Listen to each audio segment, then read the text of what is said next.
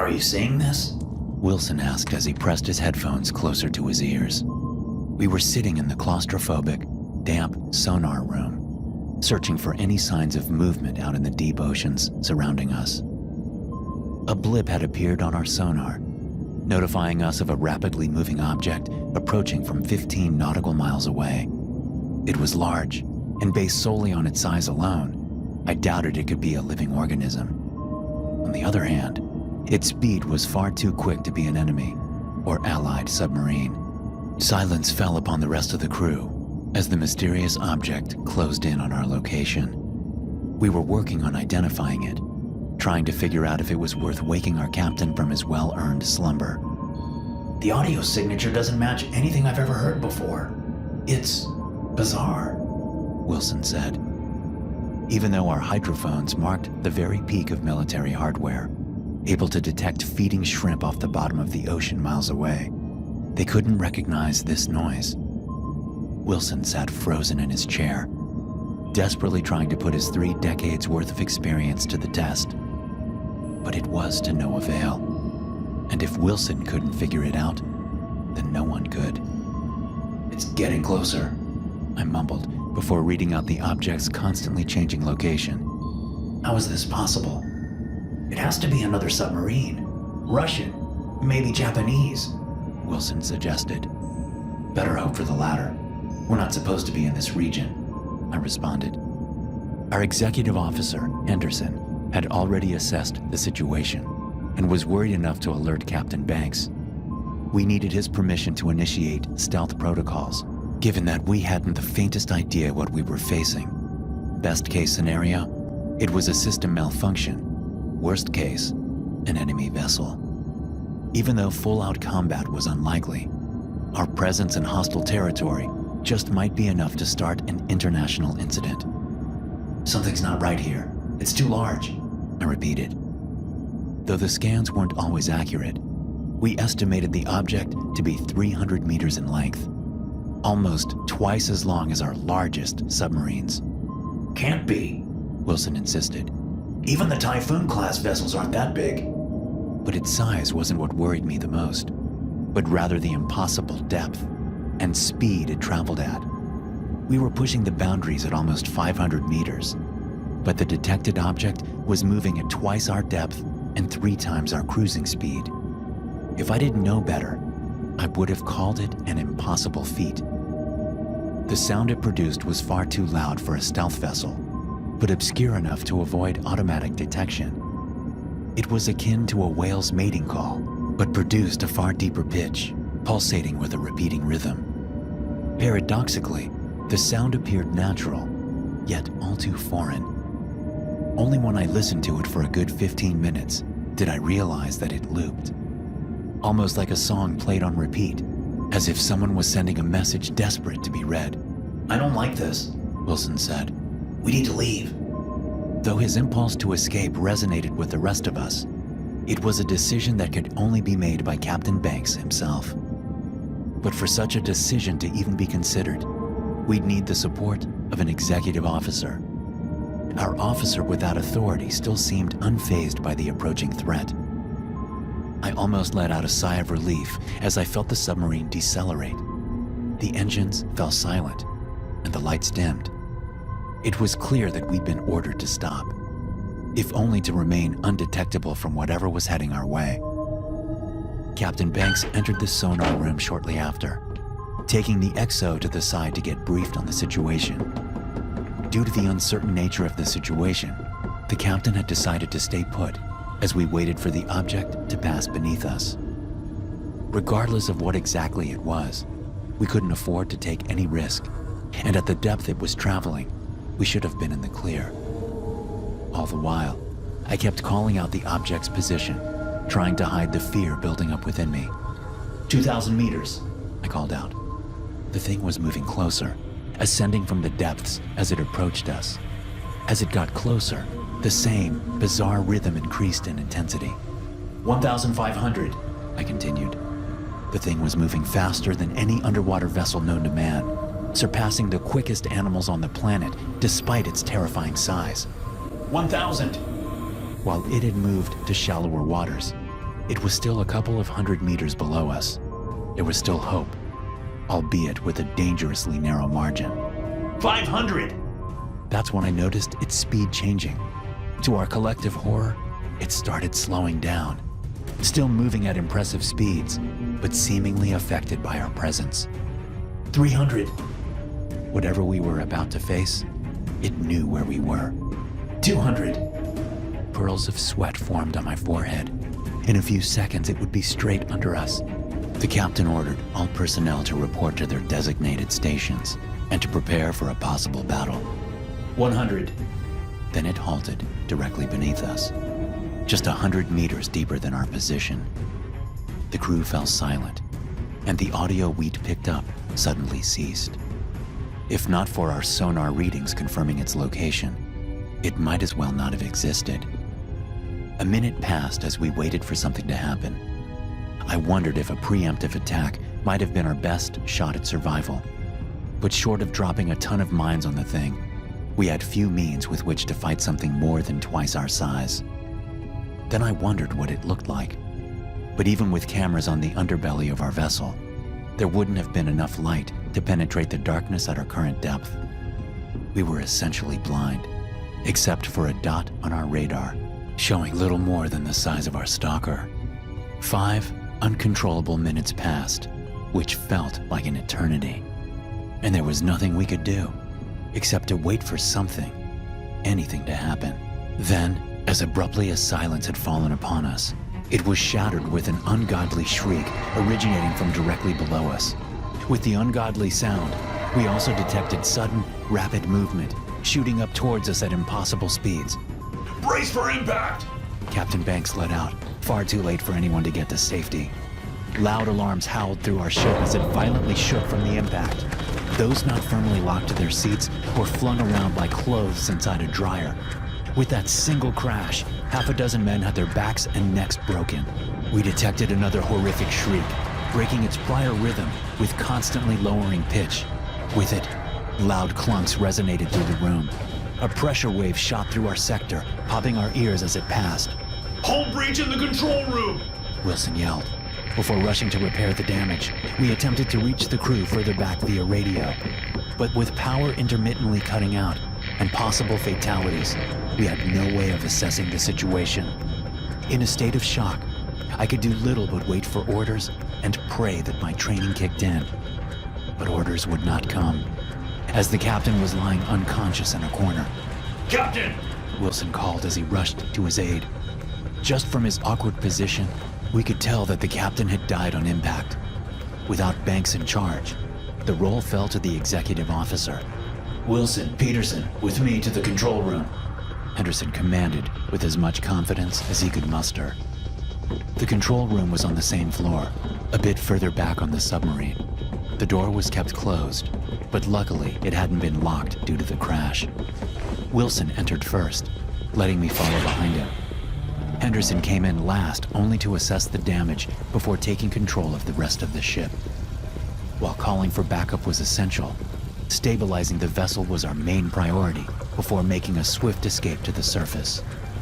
Before us lay 5 crewmen, dead in 3 feet of water. Several beams shot into the room at high pressures, leaving us with limited time to seal them off. Still, if we were able to at least patch the damage up, the control room would be left semi-functional. We stepped over our dead friends, hurrying to fix the damage. Only then did my training kick in, allowing us to quickly stop the heavy flow of water. Peterson, you hearing this? Wilson asked once the last drop of water had entered the ship. I readied my ears, and just beneath the howling alarm, we could hear the faint sound of metal settling under pressure. Since we hadn't yet reached critical depths, I could only assume that whatever had attacked us was holding on in an attempt to crush us. How is it doing that? I asked, not really expecting a response. I don't know, but we better not stick around for an answer. Wilson shot back as he tried to get the comms working. Hello, do you copy? He asked as the radio came to life in a static mess. This is Leading Petty Officer Ian Wilson, reporting from the control room. Please respond. He was trying to contact the crew at the torpedo room, but none responded. Either they had perished during the first attack, or the station had flooded beyond the point of usefulness. Either way, with the monstrosity outside trying to crush the sub, we had to fight back with any means possible. We rushed back to the sonar room where Henderson had gathered the remaining survivors. He had shared our train of thought and had sent a team to assess and repair any damage done to the torpedo tubes. What remained in the rest of the submarine was a skeleton crew ready to fix any hull breaches. As long as the creature is latched onto us, we can't launch any torpedoes without risking irreparable damage to the submarine, Wilson argued. Do you have any other suggestions? Either we fight back, or this monstrosity pulls us down to the abyss, Henderson said. Do we even know what the thing is, or what it looks like? I asked, while simultaneously trying to come up with an escape plan. We got some photos. Can't tell you much, except for the fact that it's biological, Henderson explained. Good, Wilson chimed in. That means it can bleed. Wait a minute. What if we don't arm the torpedoes? I suggested. The impact might be enough to hurt the bastard. Probably won't kill it, but might force it to let go. Given that it's hanging directly onto our torpedo ports, Henderson said. It's the only chance we have. He nodded in agreement, telling us to personally relay the information to the attack crew in lieu of functioning comms. Wilson already stood ready by the ladder, prepared to dive down into the bowels of our submarine and fight whatever threat we faced. Help isn't coming, Henderson explained. Which means we have the luxury of firing at will without being questioned by high command. With that, we headed downstairs towards the torpedo bay. The bow was filled with water that went waist high. Half a dozen bodies littered the way. Most had been killed by the creature's first impact, while others had been pinned to the floor under various pieces of debris, forced to drown in a few feet of water with no help in sight. A handful of crewmen had gathered by the torpedoes. They'd already sealed any leaks, but the water pumps would need more attention before being functional. Still, the torpedo tubes were above water, remaining operational. Disarm the torpedoes, I ordered. Disarm them? We want to kill the bastard, One of them responded. The torpedoes shoot out at 100 knots. While it won't kill the creature, it might cause it to let go instead of killing us all in the process, I explained. The men glanced at each other, relieved that their suicide mission had turned to one with a faint glimmer of hope.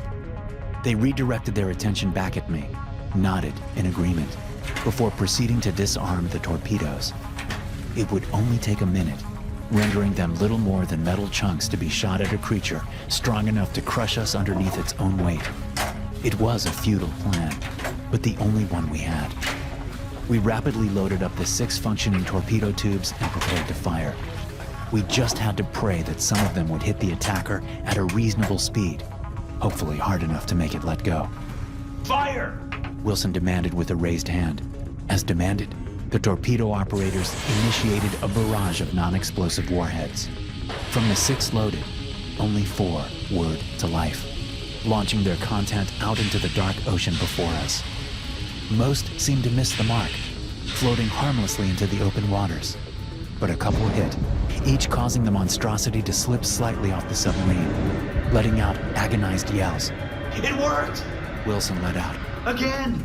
At unparalleled speeds, the crew mounted the torpedo tubes once more, even doing most of the work manually. It was an impressive sight. Wilson ordered another barrage, this time only loading up the functional tubes. 4 torpedoes were shot at the creature. It winced in pain, finally letting go of our submarine. It shook as we fell free from its grasp, but we weren't yet free from danger. We had to deter the monster from attacking for a second time, but that time with proper firepower. Prepare to fire live torpedoes! Wilson ordered. Another barrage of 4 torpedoes were loaded, that time filled with actual explosives. I called Henderson over the radio to ask for exact locations, praying that the comms were back up and running. With our own computers barely functional, we had to rely on our fresh captain's instructions for a successful hit. LOD James Peterson here. We've armed the torpedoes. We need the thing's exact location to get a hit. Do you copy? It's retreating into the deep, 50 meters directly below our position. Fire at will, Henderson said on the other end. I relayed the instructions, and Wilson gave permission to fire the load. A few seconds passed between the torpedoes leaving the tubes, before we had 2 confirmed impacts, only noticed by shock waves reverberating through the ship. It had been a successful attack, and our ship was finally free of the monster's grasp. The crew let out a few tired cheers, relieved to be alive, but horrified by the loss of so many crewmen. Exhausted, we took the majority of the crew back to Henderson, who'd moved his team further back to the control room. But what greeted us were not relieved faces, but ones filled with utter panic. People were scrambling around, desperately trying to fix damage I couldn't see. The nuclear reactor is severely damaged, Henderson said meekly. If we don't fix it, we're going to suffer a meltdown within the next few hours. With the nuclear reactor located in the dead center of the submarine, we had several access points. But with the reactor suffering a meltdown, we couldn't safely enter from any of them. Running the backup engine would keep the submarine running, but it wouldn't buy us enough time to return to shore for emergency repairs. We would have to deal with it ourselves or risk the agonizing death of every man on board. Under normal circumstances, its thick walls protected the crew from catastrophic radiation poisoning. But during a meltdown, the released radiation would reach 1/4 of that measured after the incident at the Fukushima power plant. How much time do we have? I asked. 2 hours, maybe less. Henderson said. So, we fix the damn thing. Wilson suggested. His statement froze us in place for a moment. It was the most reasonable solution, but it came at catastrophic sacrifice for the poor bastard who took the task upon himself. Whoever goes inside the reactor is going to die. You do realize this? Henderson asked. And if no one goes, we all die. I'll do it then, Henderson said, his face pale as a sheet. No, you won't. This ship needs a captain. You're not allowed to sacrifice yourself. Besides, I'm probably the only sucker left on this boat alive that has actually dealt with nuclear reactors up close, Wilson explained. There were no words needed. We all knew Wilson had provided the only plausible solution. Like the Marine he was willing to give his life if it meant the rest of us could live. Either way, if nothing was done, we'd be killed by radiation or by the monstrosity from the depths returning for seconds. I escorted Wilson towards the nuclear reactor, ready to do whatever I could as he attempted to repair the damage. There were radiation shields aboard the sub, but they do little to negate the massive dosage of radiation Wilson would absorb as soon as he entered the reactor. It doesn't have to be you, I argued as we got close, knowing full well that no one else could repair the damage before we suffered a total meltdown. He ignored me and got suited up for the mission. While it wouldn't save him, it might buy him a few extra minutes to work on the reactor. I ain't got nothing to say. I'm just doing my duty. No family to say goodbye to. Nothing back on the mainland waiting for me. This was always where I'd end up, kid. Just let me do this one thing. Without further hesitation, Wilson entered the reactor room. I stood outside, watching him through cameras placed on the inside. They were meant to give a safe view of the reactor to determine the damage before entering. But most of the time, the disruption wasn't visible to the naked eye. Yet, Wilson headed straight for the problem and set to work. It would take about 10 minutes for the symptoms to set in, at which point death would follow shortly after. Just the act of opening the door had exposed me to an unhealthy dose of radiation, but the sickness I'd experienced would pass within days, while Wilson would decay within the next couple of hours. Not a single word was spoken as I watched Wilson slowly die. I just stared as he worked, listening to the shrieking creature preparing for its next attack. It was a race against time, one Wilson would lose, but in the act, we might stand a chance. 20 minutes passed, at which point Wilson's hands were visibly shaking. Our crew had shot out a few more torpedoes, but they were running out, at which point the creature would certainly attack again. Then, without speaking a word, Wilson took a step back from the reactor to observe it. He stood there for a few seconds, making sure the thing was working, before collapsing on the ground. The systems were stabilizing, a fact noticed by Henderson, who gave the order to start an emergency ascent. I wanted nothing more than to rush to Wilson's aid and drag him out of the reactor room. But even had I gotten him out, he was already a dead man. Alas, my sorrow would be interrupted by another violent shake of the submarine, undoubtedly caused by our last torpedo. Alarms sounded throughout the vessel once more, calling each crew member to their station for our ascent.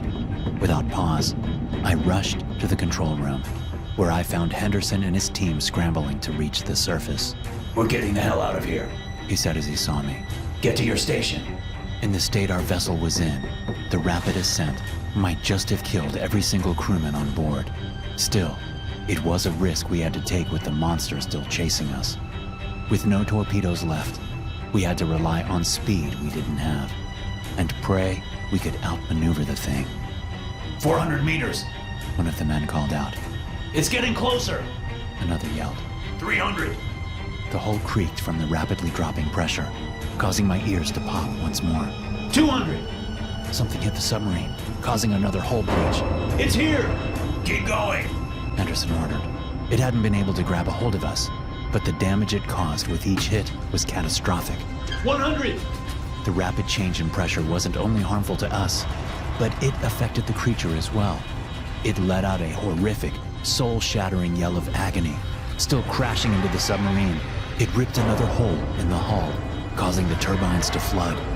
If we didn't reach the surface immediately, we'd sink back to the abyss.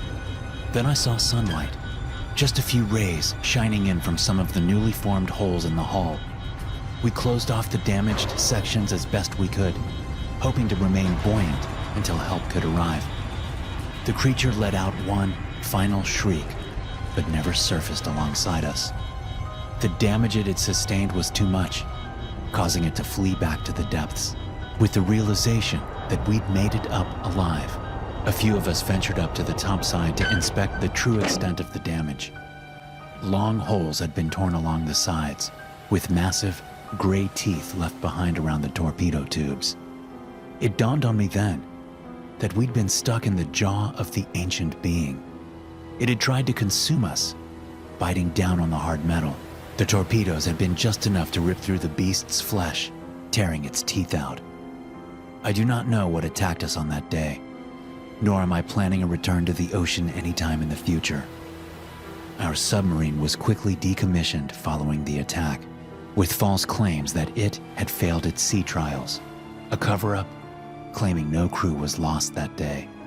So, I'm here to share the story, in respect of those who were lost, and out of respect to Wilson, one of many heroes who perished at sea. Also, it turns out that most of you guys who watch me aren't actually subscribed. So if you like the content and want to support the channel, go ahead and hit the bell. It's free, and you can always change your mind later.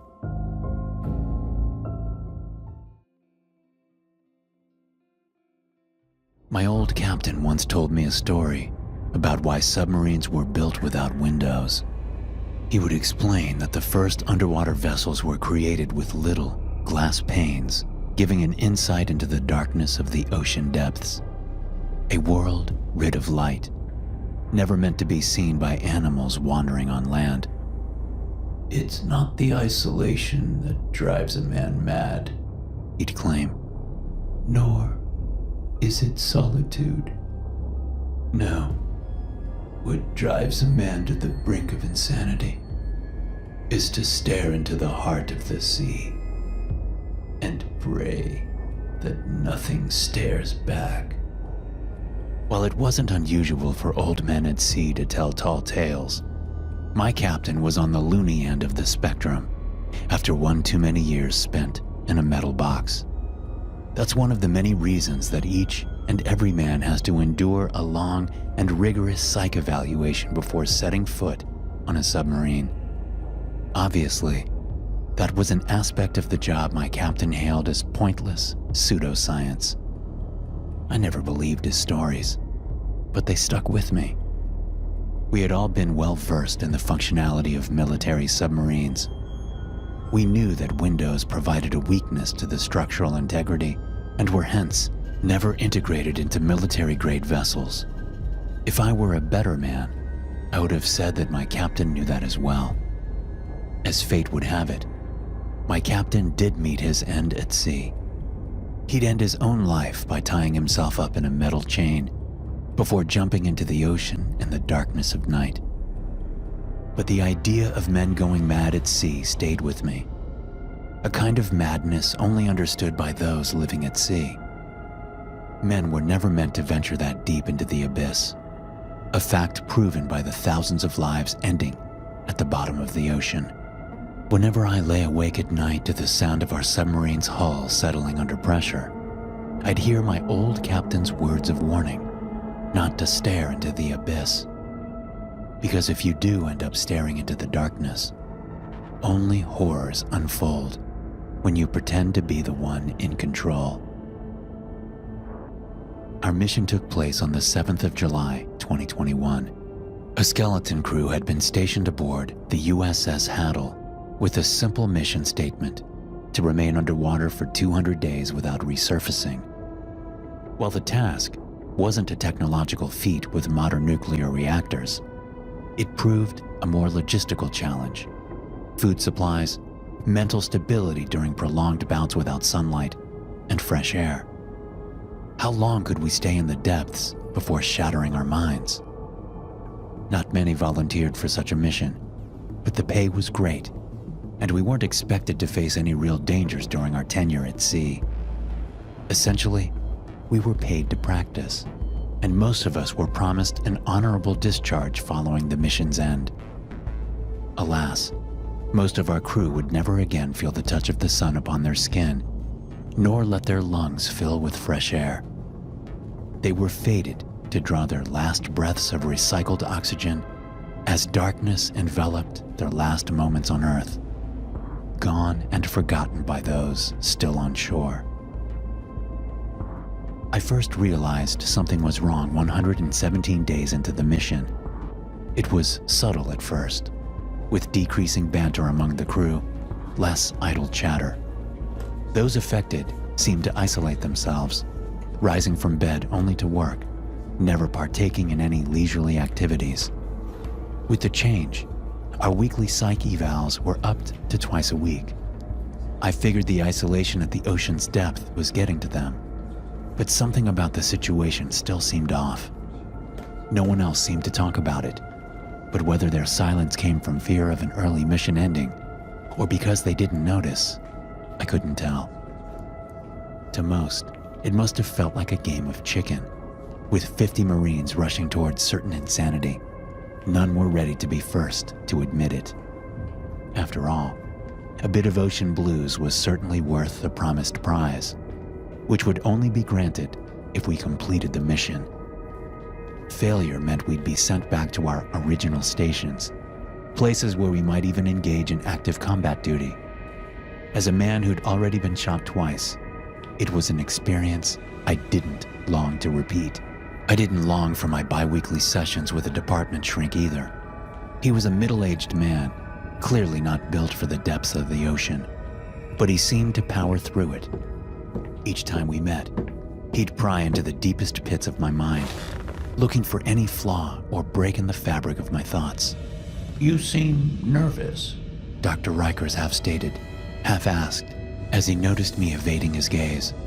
I'm not a fan of having my thoughts analyzed, I lied. Truth be told, I didn't much care for psychology. I had approached our initial meetings with a relatively nonchalant attitude, but something had changed in the past 2 months. The atmosphere aboard the USS Hattle was no longer the one I knew and loved. Something darker had taken over. Even our fearless captain had seemed to pull away from his official duties, only showing up when absolutely necessary. Listen, James. You can stay cold for the next 80 days of the mission. You can try to pretend like nothing has changed. But we both know that would be a lie. I see it every day, and so do you. Now, I can't force you to talk about it, but are you really ready to look me in the face and lie about what's going on with the crew? I looked up at him. It was the first time anybody had openly spoken about the eeriness surrounding our mission. We'd all tried so hard to deny it, fearing that the mission would end if we so much as mentioned it. And while I'd long since admitted defeat, I couldn't be the one to let down the crew. So, When someone else finally brought it up, I felt relieved. You worry about the future of the mission, He said confidently. Well, let me explain something to you. Talking about your thoughts won't force us to resurface. But if you keep ignoring it until you have a nervous break, I will be forced to report that to High Command. You are not the only one feeling it, James. But I can't help you solve the problem you choose to ignore. He'd never been one to speak much. He rather listened, took notes, and gave small comments as insights into my thought process. But hearing him practically read my mind didn't frighten me. Instead, it made me feel calmer. Up until that point, I hadn't realized how desperately I needed to talk about what I'd seen. I couldn't hold it in any longer. Quinn, I mumbled, pausing as the words got stuck in my throat. Stephen Quinn? Are you referring to the LPO from Section 3? He asked. I nodded. Why don't you tell me what happened to him? As if you don't already know, I argued. I know, but I wasn't there. So, I'll ask again. Why don't you tell me what happened? Unable to argue, I decided to finally cut my baggage loose and tell Rikers what had happened to the crew of Section 3. I'd been reassigned to turbine maintenance a couple of weeks prior. 2 of the crewmen had suffered some pretty severe burns following a malfunction that to this day hasn't been explained to us. The steam would have blinded them if not for the protective gear, but it did little for their torsos. We all figured that was it, that we'd be forced to return to the surface. But the doc determined that the injuries weren't severe enough to call off the mission. But it just didn't sit right with me, you know? I've never seen such bizarre damage to any turbines. It wasn't just wear and tear. It was something more. Sabotage. I fixed the turbines alongside what remained of the crew at the section, but they weren't happy about my presence. For the entire week we spent on repairs, I don't think a single person spoke more than half a sentence to me. They looked jaded, detached from reality. It's not the first time I've seen sailors turn to autopilot, but this was something else. Still, I performed my duty to the best of my ability, but I couldn't get used to the silence. Then during the second week, I started to realize just how sick they looked. Not just pale faces and heavy eyes. They looked hollowed out, empty. I'd find them sitting on the floor for hours at a time, never speaking a word. I asked if I could help them, but they kept brushing me off. I'm honestly surprised the mission kept going, considering the state of those men. I don't know which shrink was supposed to evaluate them, but they clearly weren't fit for duty. I kept reanalyzing the turbine damage, certain of foul play. But before I could get any actual answers, I found Quinn. It was a late shift. Most of the sailors had gone to sleep, leaving only a skeleton crew to maintain the turbines. The guy sleeping in the hot rack above me was snoring like a banshee, keeping me awake. And this absolute certainty that I'd missed something just wouldn't leave my mind. So, I got up to check the turbines once more, hoping to find an entirely different rack free when I returned. It was darker than usual. Some of the lights had gone out, another problem needing to be fixed. I didn't even realize something was wrong until I slipped on something wet, falling face first to the floor. Only when I stood back up did I realize my arms were covered in blood. I thought I'd been hurt, but I quickly realized that it wasn't my blood. I followed the blood around the turbines to find 3 Marines with their throats slit and their stomachs cut open. They'd clearly been lying there for a few hours, something I could tell from the decomposing stench they emitted. Then I found Quinn, sitting in a corner. His hands were covered in blood, but whether he'd been the one to inflict the damage or tried to help them, I didn't know at the time. Since he didn't exactly seem hostile towards me, I didn't think to defend myself. I just confirmed the men's deaths before tending to Quinn. As I checked him over, he started whispering to me. His words were incomprehensible at first, but he kept repeating the same phrase over and over again. "I've looked into the heart of the void. I know where it'll lead us," he said, almost rhythmically, as if he were in a trance. Quinn was taken away, distressed but unharmed. It would only be upon closer inspection that we realized Quinn had been the one to murder his friends. He had slit them open and bitten chunks out of their innards. He had become a monster. Our mission should have ended there, but by the time the next morning rolled around, the room had been cleared out, and Quinn was nowhere to be found. Most of our crew never even realized what had happened, besides noticing some of the other crew missing. But since the captain had essentially blocked off the control room to all save a few members of his elite, people figured they'd been transferred. But I knew the truth. "Why didn't you tell anyone?" Dr. Rikers asked, breaking me free from my trance. "I wanted to," I mumbled. The XO pulled me aside after it happened, warned me not to speak openly about what I'd seen, threatened me with a reassignment once we finally resurfaced. Very vaguely, of course, but we both knew what he meant. "Still, you're telling me now?" he continued asking. "Yeah, I suppose I am." I couldn't quite explain the impulse I had to tell Rikers the truth, but my gut was ordering me to do so, as if I knew he could help us. "I'm glad you trusted me," he said. "And you're right. Something is happening to the crew aboard this submarine. We have to convince the captain to resurface." "He doesn't seem exactly interested in talking to the crew," I said. "He's been locked in the control room with his team for the past 3 days." "If he refuses to listen, there are other options," Rikers started. "But we need..." He was cut off by a loud, metallic clank reverberating through the ship, as if the hull had suddenly caved in from the enormous pressure outside. "Did you hear that?" I asked. He nodded, not able to respond before the all-too-familiar sound of a bursting pipe echoed through the vessel. Alarms started blaring, calling all men to their posts.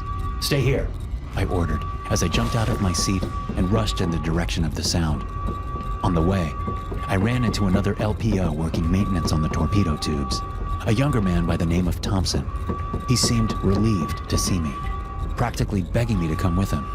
What the hell happened? I asked. "I don't fucking know. I've tried reaching the navigation crew in the cockpit. We're not getting through on any comms," he explained.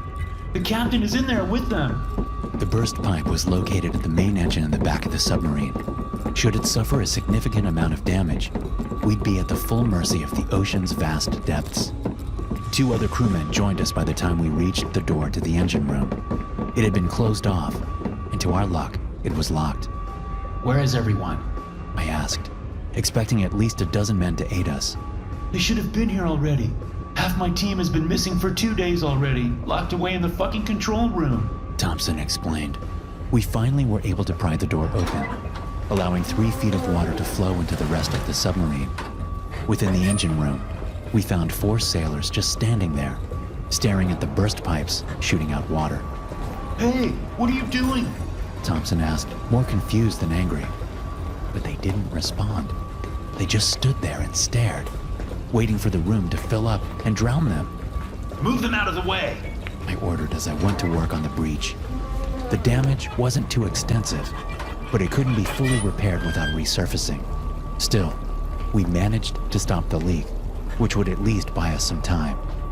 As the last drop of water emerged from the busted pipe, I felt my ears pop. Only then did it dawn on me what had caused the damage, and why a group of our crew had locked themselves inside the cockpit and control room. "We're diving," I said. "What?" Thompson asked. "They're trying to drown the sub," I explained. "They're going to keep descending until the submarine breaks under the pressure. We have to get to the captain now." "What about these guys?" he asked, gesturing to the catatonic Marines sitting on the floor. "Tie them up. They might try to hurt themselves or the ship. We can't take any risks." Thompson and I left the 2 functional men behind to secure the catatonic Marines, making sure nothing else damaged the engine room, while we went to find a way into the cockpit. We're gonna face resistance if we get in, Thompson said. Split up. Gather all the men you can. I'll do the same. Since Rikers had mentioned a way to resurface, even without the captain, I went to collect him first. Whether he had a man inside the control room or other means to break through didn't matter. If we had a chance to escape, I'd take it.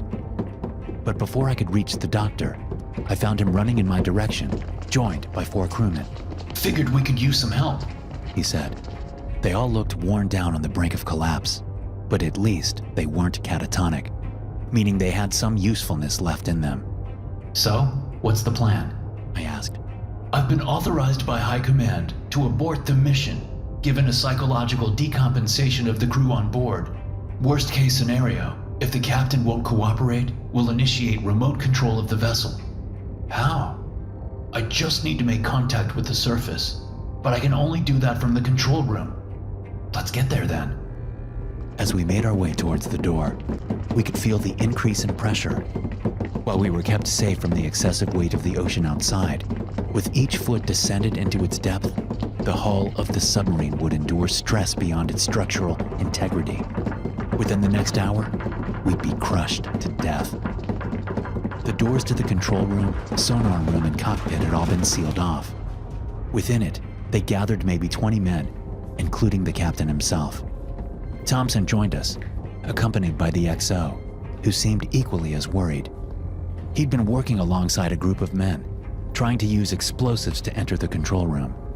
In his hands, he held a modified warhead. Its damaging capabilities had been greatly reduced, too weak to damage the hull, but enough to blow the hinges off the door. Stay back! I'll plan it! Thompson said. Let's not risk our XO's life. If the captain is incapacitated, we need a new leader. We went to another room and waited for Thompson's signal. Within a minute, he had the bomb set up, primed it, and ran back towards us. He threw himself into the room just as we closed the door, feeling the pressure of the explosion within. It was exceptionally loud, and despite the door's protection, we still felt the heat. Black smoke poured out as we opened the door, clearing quickly, but leaving behind a misty atmosphere. Let's go! Thompson ordered. We rushed through the smoke, barging into the control room. While we were ready for a fight, we all prayed not having to wound or kill the men that had been our friends and brothers only days prior. Something had broken their minds, but it didn't mean they couldn't be fixed. But what we met inside were not men prepared to fight, but a horrific nightmare to drive us nearer to the brink of insanity. What in God's name have they done? Rikers asked. Before us lay the mutilated corpses of a dozen sailors, each of them with their throats cut and various wounds to their abdomens and chests. The entirety of the floor had been painted red in blood, with chunks of guts strewn across it. We were frozen by the sight, but the creaking of the breaking hull quickly brought us back to attention. A time for morning would come, but first we had to act. We have to get to the cockpit, Thompson said. I'll stick with the dock. Try to regain contact with the surface, I said. Once again, we split up into 2 groups. Thompson quickly led the charge up into the cockpit alongside the XO and a handful of Marines, while the rest of us took care of the control room. But no sooner had we entered before 3 gunshots shot through the silence. Dr. Rikers fell to the ground clutching his leg, while another sailor fell dead from a gunshot wound to his head. The rest of us dove for cover, none of us having had access to the gun locker. All the while, the shots continued, shooting wildly around the room. Rikers, are you okay? I screamed over the hail of gunfire. I'm not sure. There's a lot of blood, He said in shock. Even through his clothing, I could tell they hit his femoral artery. If we didn't get him help quickly, he'd be dead in minutes. The sound of bullets was quickly replaced by the repeated clicks of an empty mag, pummeling the room into an awkward silence. With that, we stormed inside, quickly pinning the deluded man to the ground. There were 3 other Marines sitting around the room with various self-inflicted wounds. While they were in no condition to fight back, their presence sent shivers down my spine. The void is waiting. It's time to join the abyss. Look into its eyes. They mumbled silently. I turned back to Rikers, whose face had gone pale, sitting in a pool of his own blood. Look into its eyes. It was clear he wasn't going to make it, a fact he himself knew. Come on, Doc. We gotta fix you up. 7-3 Orange. He mumbled in response. Dawn. Sunrise. What? High command. Tell them. He tried to say, but his voice was fading quickly. 7-3. His voice faded for the last time, before his eyes went blank. Hey, come on! I yelled. Fuck! 7-3 Orange Dawn Sunrise. One of the men repeated. I got it. Go check on Thompson and the XO. We'll grieve later. I climbed into the small cockpit to find Thompson standing over our XO's dead body. He'd been stabbed in the chest, perfectly aimed between his ribs. In one of the chairs next to them sat the captain, catatonic with a stab wound to his neck. Blood was pouring down his torso, but he didn't even seem to register the pain. I tried to help him, but despite my efforts, the man would be dead within minutes. The fuckers damaged the controls. We're stuck down here, Thompson said. We're initiating remote control. As long as they can get the comms up, we'll be fine. Well, they better hurry. We're approaching 1,000 meters of depth. This thing wasn't built for that kind of pressure. We gathered the remaining crew in the control room as we awaited our fates. Each minute represented another few meters closer to the abyss of the ocean. And the closer we got, the more likely a total collapse of the submarine's hull became. Only 24 men remained. The rest either catatonic, murdered, or dead by self-inflicted wounds. Other than deal with the hull breaches, there was little we could do as the comms were repaired.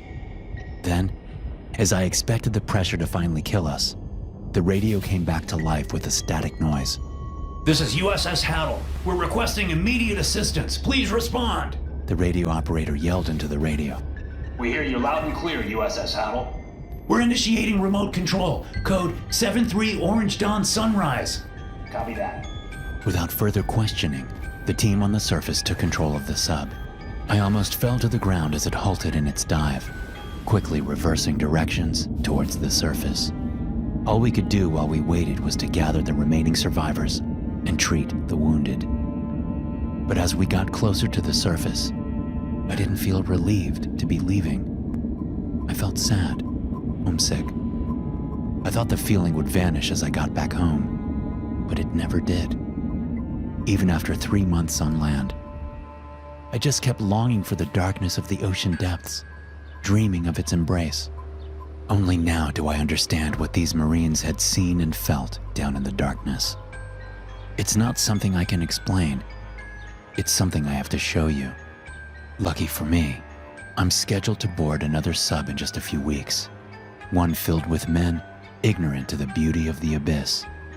I am looking forward to showing them what the sea can offer.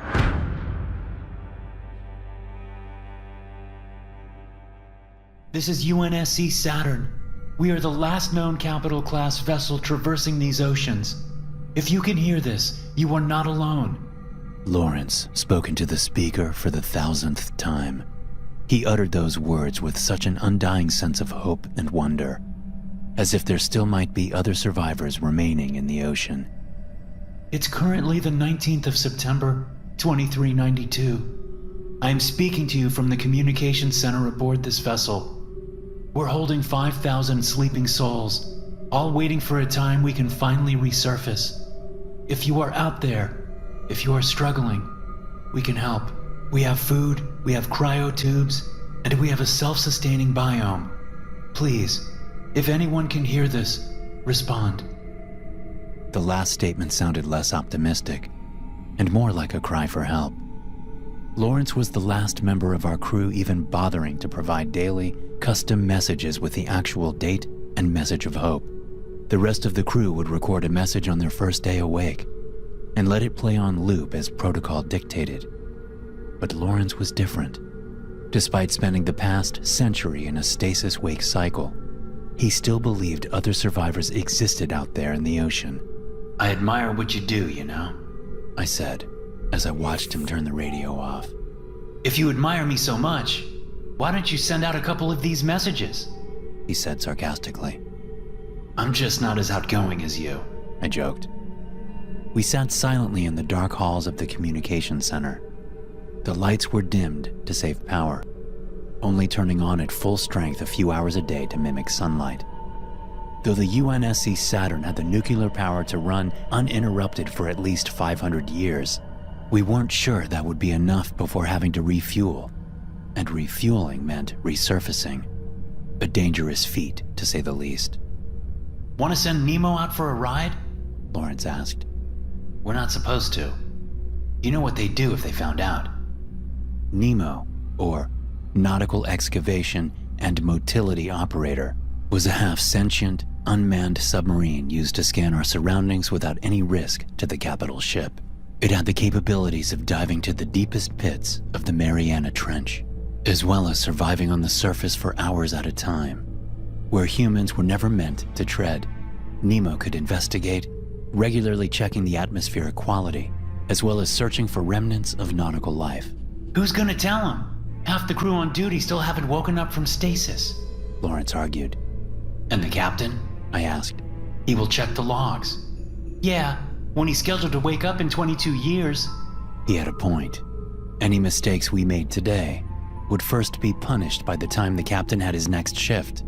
And after 257 years on board, Lawrence was yet to be reprimanded for the many rules he'd broken.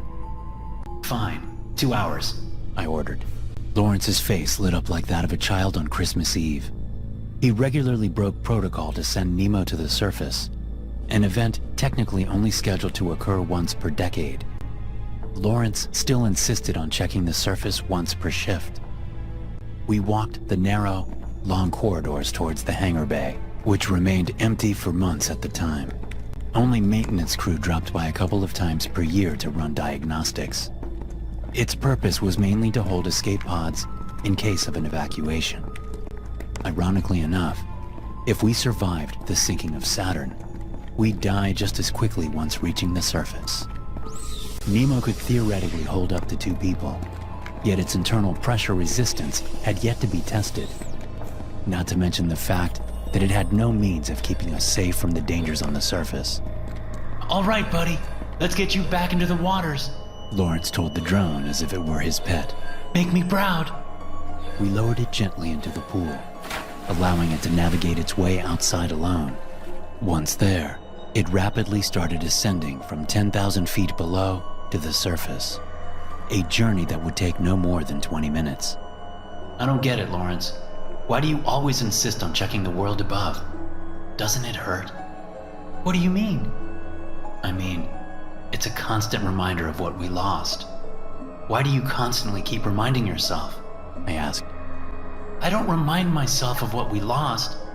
I just remind myself of what we're fighting to get back, he explained.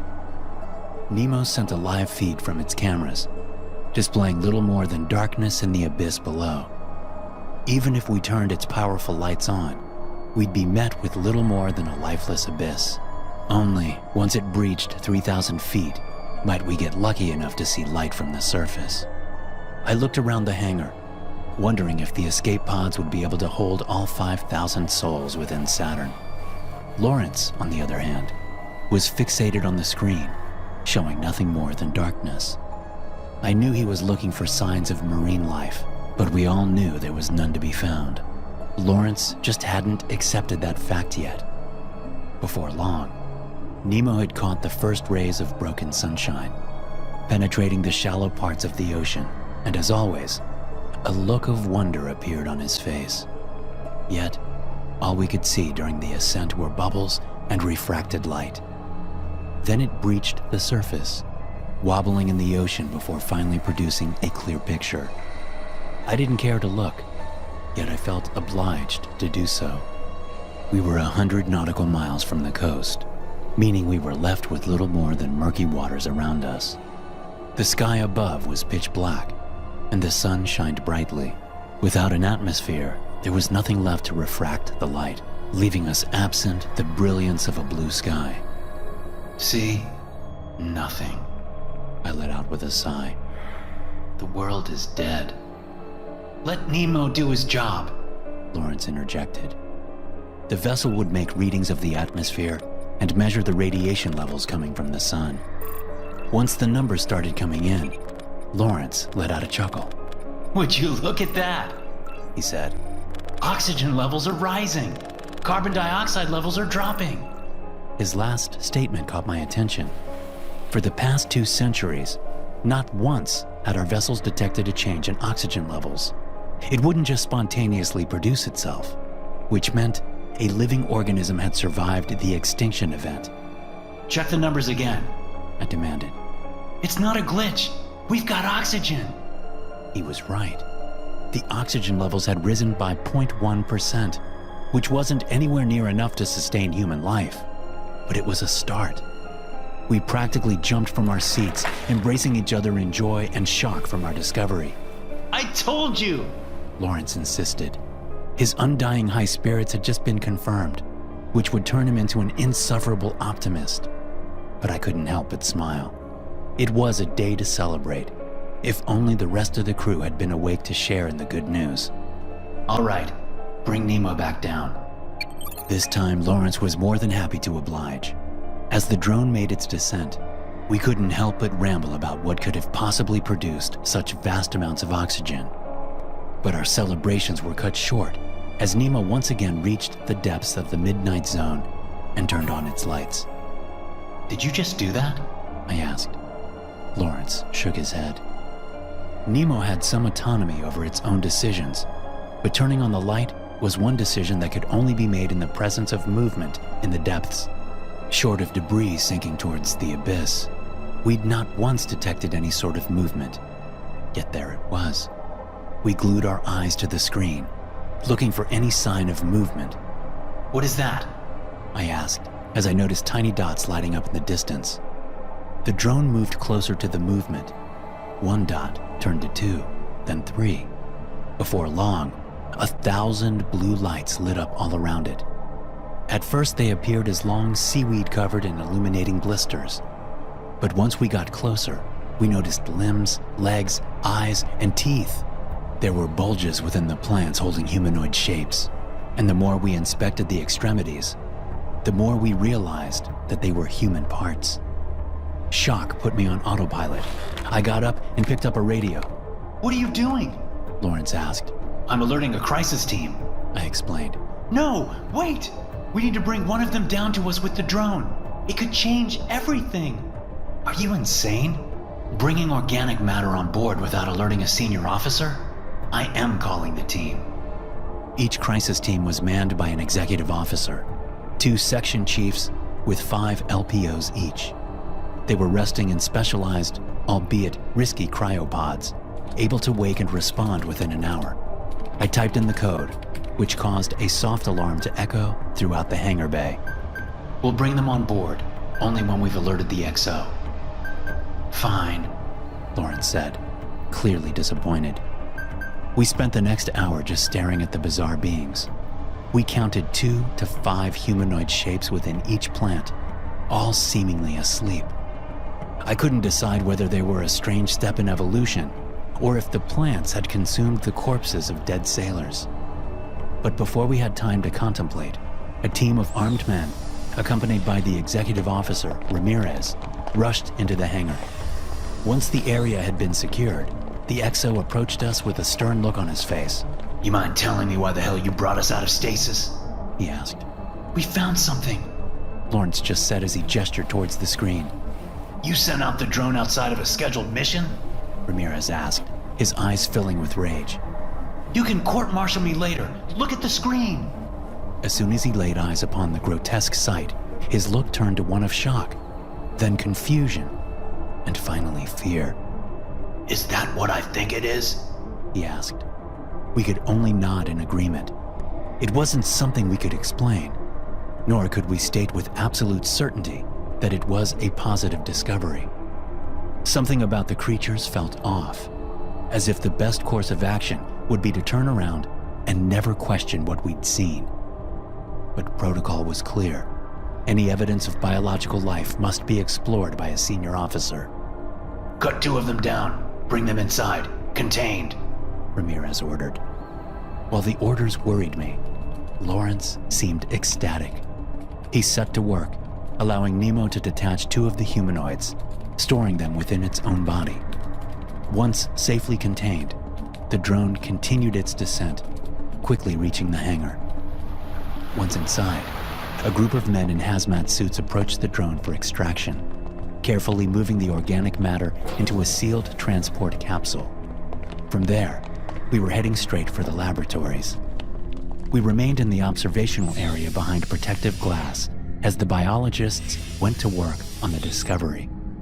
One of the humanoids would be dissected immediately, while the other would be frozen for safekeeping. Dr. Liebgott would lead the autopsy, a man old enough to remember life on a living planet. His experience in marine biology stood unmatched. He swiftly went to work without asking too many questions. He seemed just as excited as Lawrence as he cut through the seaweed-like skin, revealing green, hard muscle fibers below. While it looked human, it had been integrated into the plant. Only, once he'd cut open what we presumed to be the chest cavity, did he stop to admire the creature. Bizarre. He mumbled. No lungs, no heart. It's just filled with the same fibers it has on the outside. Keep going, Ramirez insisted. Before Liebgott could cut any deeper, the body twitched ever so slightly. Did you see that? Liebgott asked. Then one of the eyes of the humanoid shot open, darting around the room in a panic. It's alive. Lawrence mumbled, almost gleefully. We better. Liebgott tried to get out, but before he had the chance to react, the body started squirming violently around. Some of the cut fibers shot up like tendrils, wrapping themselves around Liebgott's arm. His assistants tried to help him, but ended up entangled in the mess themselves. They screamed as the tendons snapped their arms and legs, pulling hard enough to tear through veins and arteries. The entire autopsy team had gotten entangled in the mess, their blood mixing with the fibers, which appeared to feed on the broken flesh. But rather than helping the dying scientists, Ramirez ordered his team to seal off the lab. Put the section on lockdown. Alert the team dealing with the second subject. We need to get rid of it. Without questioning orders, the LPOs locked the laboratory down. I would have been upset, if not for the fact that the entire autopsy team had been killed by the time Ramirez even had the chance to finish uttering his orders. But even with the labs secured, there was a second monstrosity about to be stored. I can't get a hold of them, one of the sailors said. Then get to their position and assist them, and maintain radio contact, Ramirez said firmly. The creature inside the lab had grown to 3 times its size, with tendrils of green fibers stretching up the walls, prying at the ventilation shafts. Though they were a dead end, it proved that the creature had some sort of intelligence, enough to seek out an escape route. We decided to sterilize the lab with gamma radiation, killing any biological life forms inside. But before we'd get the chance to initiate the protocol, the radio sounded. The LPO sent to investigate the second team called back in a panic. It killed them. He let out in a shock. It ripped them apart. I don't know where it went. I need... A short yelp, followed by silence. Another man killed by whatever we'd willingly brought on board. Lawrence, sterilize the room. Kill that thing. It might be trapped now, but it's only a matter of time before it figures a way to get out, Ramirez said. The rest of you, follow me. We're taking this son of a bitch out. I grabbed a rifle and followed his lead, not even sure if ballistic weapons could take the creature out. We did have more powerful weapons stored, but using anything stronger than primitive ballistic weapons might damage the hull. Hence, they were forbidden. We rushed towards the last known location of the dead LPO. The team responsible for bringing the creature to the biological holding facility never made it there. A fact easily proven as we came across pools of blood. The creature, on the other hand, was nowhere to be found. We'd locked down the section, which meant it couldn't have accessed any larger section of the ship. Track any movement within the sector, Ramirez said. Each sector was equipped with a security station, from which we could measure any movement and lock down individual rooms or halls. Once there, I sat down to check for any signs of life. But apart from us, and Lawrence still at the laboratories, the section was clear.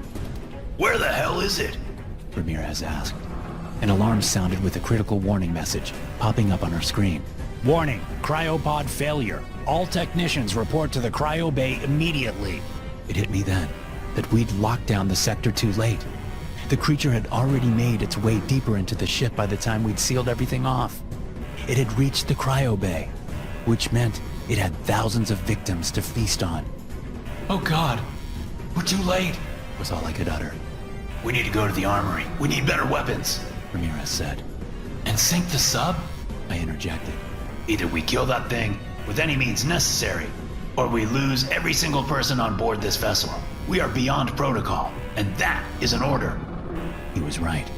We either died being consumed by that monstrosity, or risked drowning ourselves. But only one of these options gave us a sliver of hope. I decided to call Lawrence to give him a heads up. Lawrence, can you hear me? I asked over the radio. I'm sorry. He mumbled back. What do you mean? What's going on? I couldn't kill it. I just couldn't. It got out. In the background, I could hear the distinct sound of flesh being torn apart. Lawrence, are you hurt? It got me. He said, his voice getting weaker with each uttered word. No, come on, fight back! I yelled back. Silence. Lawrence was dead. A fact I didn't need to confirm.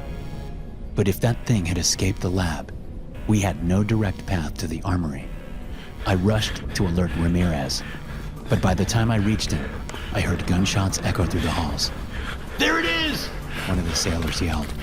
The bullets shredded through the aquatic flesh, but did little to slow the creature down.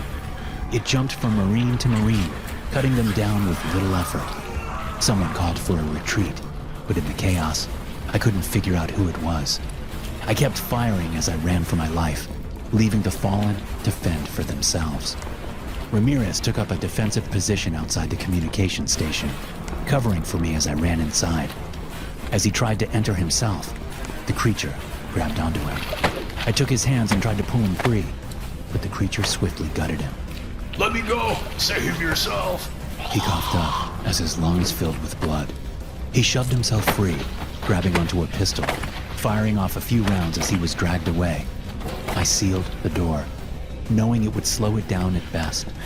Only when I dared to slow down did I realize a large chunk of my leg was missing. I was bleeding out, slowly but certainly. Like the rest of the crew, I would be dead within the hour. So here I am, trapped in the darkness of the communication station, sending out a custom message like Lawrence always did. Unfortunately, this message is not one of hope and salvation. You will find no sanctuary here, no safety, no chance for survival. No, this is a warning to stay away. If you detect the UNSC Saturn in the depths of the ocean, don't try to help us. Don't scavenge for supplies. If you see us, turn around and leave. Don't let the infestation spread. This will be my last transmission. Current date is 20th of September, 2392. May God have mercy on you all. Thanks for watching. Be sure to subscribe and smash that like button to get notified every time I upload a new video. You can also check out some more of my animated horror stories right here. Talk to nicely. Every time I found one of those damned yellow sticky notes on my monitor, I knew it would be a bad day. My secret admirer had that effect on me. The note started out kind of charming. A few polite compliments about my clothing. A note about how kind and gentle my personality was. Little XOXO signatures at the bottom. Middle school crush style. It was a bit of an ego boost, but I was happily married. My wife Emily and I had a rough stretch a few years back after I had an affair, but we got things back on track. I thought of telling her about the notes, but I didn't want to worry her. The flirtatious post-its went into the trash, and I moved on with my day. I didn't give the first dozen or so much thought, until they began to threaten me. The first note that left me with an unsettling feeling showed up 2 months after the first one. Gone were the free-flowing, delicate curves of the handwriting. Heavy grooves gouged into the paper from the heavy block letters etched on the surface. Why don't you answer me back? You could leave a note for me on your computer. It seems like you don't care. It's starting to make me angry. XOXO. At first, I laughed it off before wadding up the note and tossing it in the trash.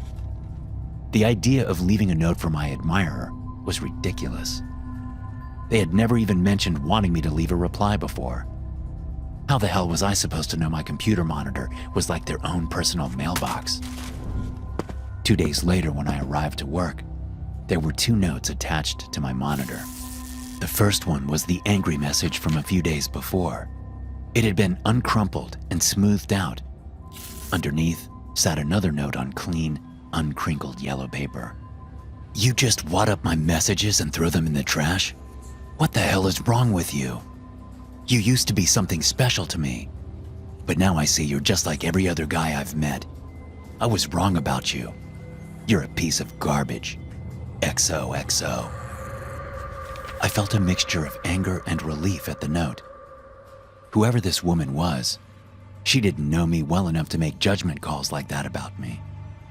At the same time, it seemed like this could be the end of the whole strange ordeal. That time, I put the notes in my pocket and tossed them into a trash can in the parking garage on my way home. Whoever was leaving them, they were checking the trash in my office. With any luck, they would move on and get over their fixation. No such luck. Only a few days later, there was another sticky note on my monitor. This time it was neon green. Had they written me so many damn notes that their yellow pad had run out?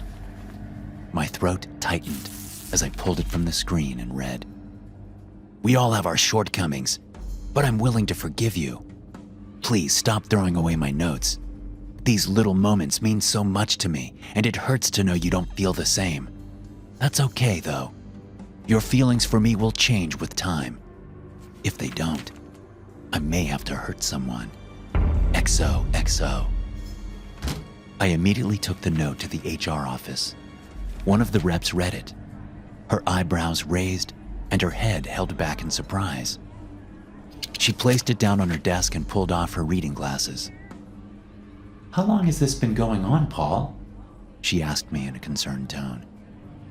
I'm not sure exactly, I said, scratching my head. They've left a dozen notes. 2 dozen, maybe. Do we have security cameras on the floor? No, she said, shaking her head. No cameras, I'm afraid. Too expensive.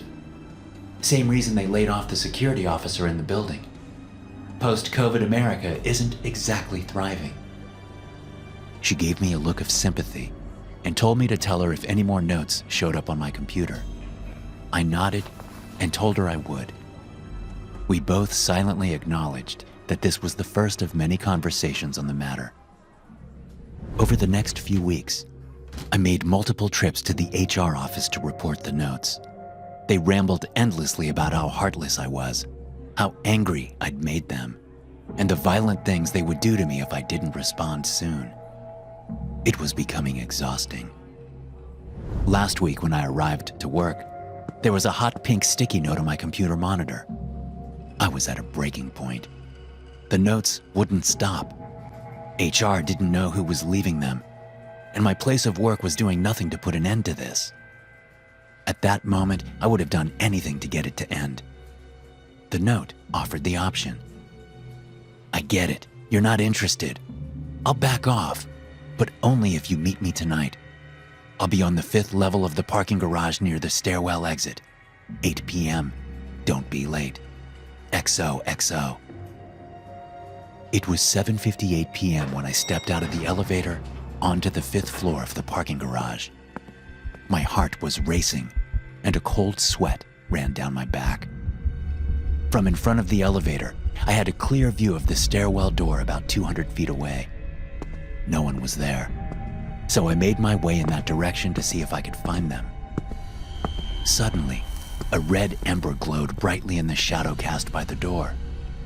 Someone was smoking a cigarette in the darkness. The muscles in my body tightened as I willed myself forward. My admirer was there, standing in the dark. "Hello?" I called out. A cloud of smoke billowed from the shadow. "It's Paul. You wanted to meet me?" A woman stepped out of the shadow and dropped the cigarette to the ground, grinding it with her foot. She held a gun in her left hand. It was my wife, Emily. Emily? I questioned. What the hell are you doing? I left the notes as a test. A few days a month I stop in your office on my way to work and leave notes. The cleaning crew thinks I work there, I guess. She said, her face streaming with tears. I thought after all the trouble we had from the affair, you would tell me if someone was trying to steal you away from me again. You left the notes? I stammered. What the hell is wrong with you? I wanted to be sure you wouldn't try to meet another woman again. She said, lifting the gun toward me. But you did. Here you are, trying to meet some easy score.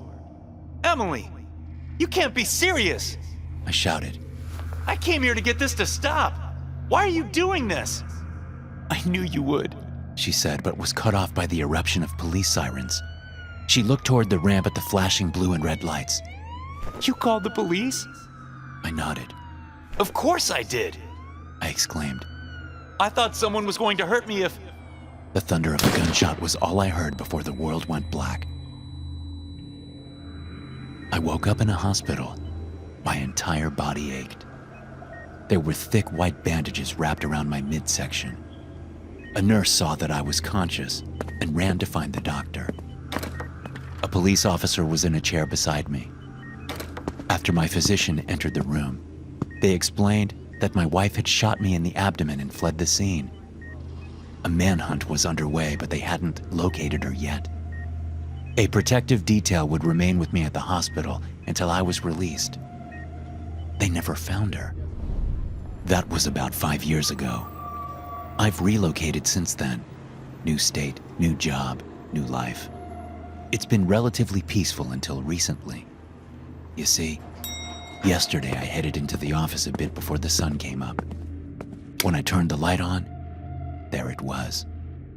A bright yellow sticky note on the center of my computer monitor. Working for a residential property management firm is about as glamorous as it sounds. It's a decent living, but most of the tenants can drive you batshit crazy, especially at Martin Place. About half pay their rent late if they pay it at all. Eviction court takes up most of my time. Whenever I'm not booting out a squatter, I'm doing small repairs in the apartments. No one else in the office would take the place, so I got stuck with it.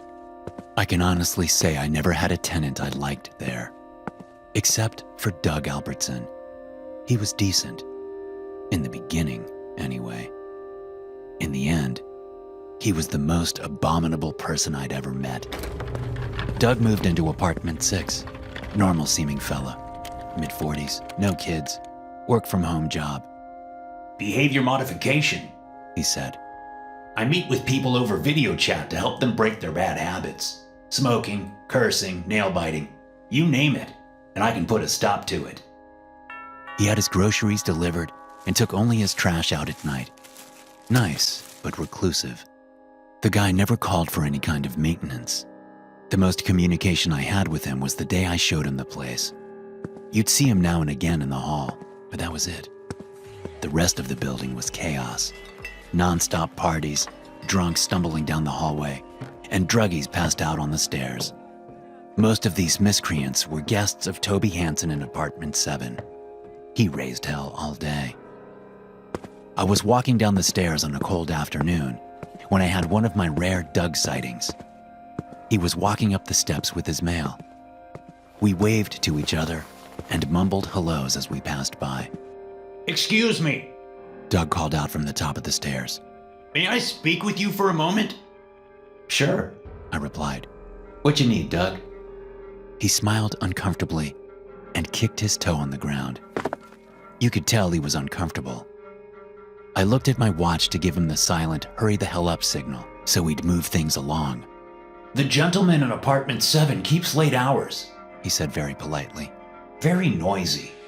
Do you think you could talk to him for me? Sorry, Doug, I responded. I've talked to Toby Hansen about a dozen times, telling him to keep that racket down. Son of a bitch ignores me. Can't evict him for being a turd. Kid pays his rent.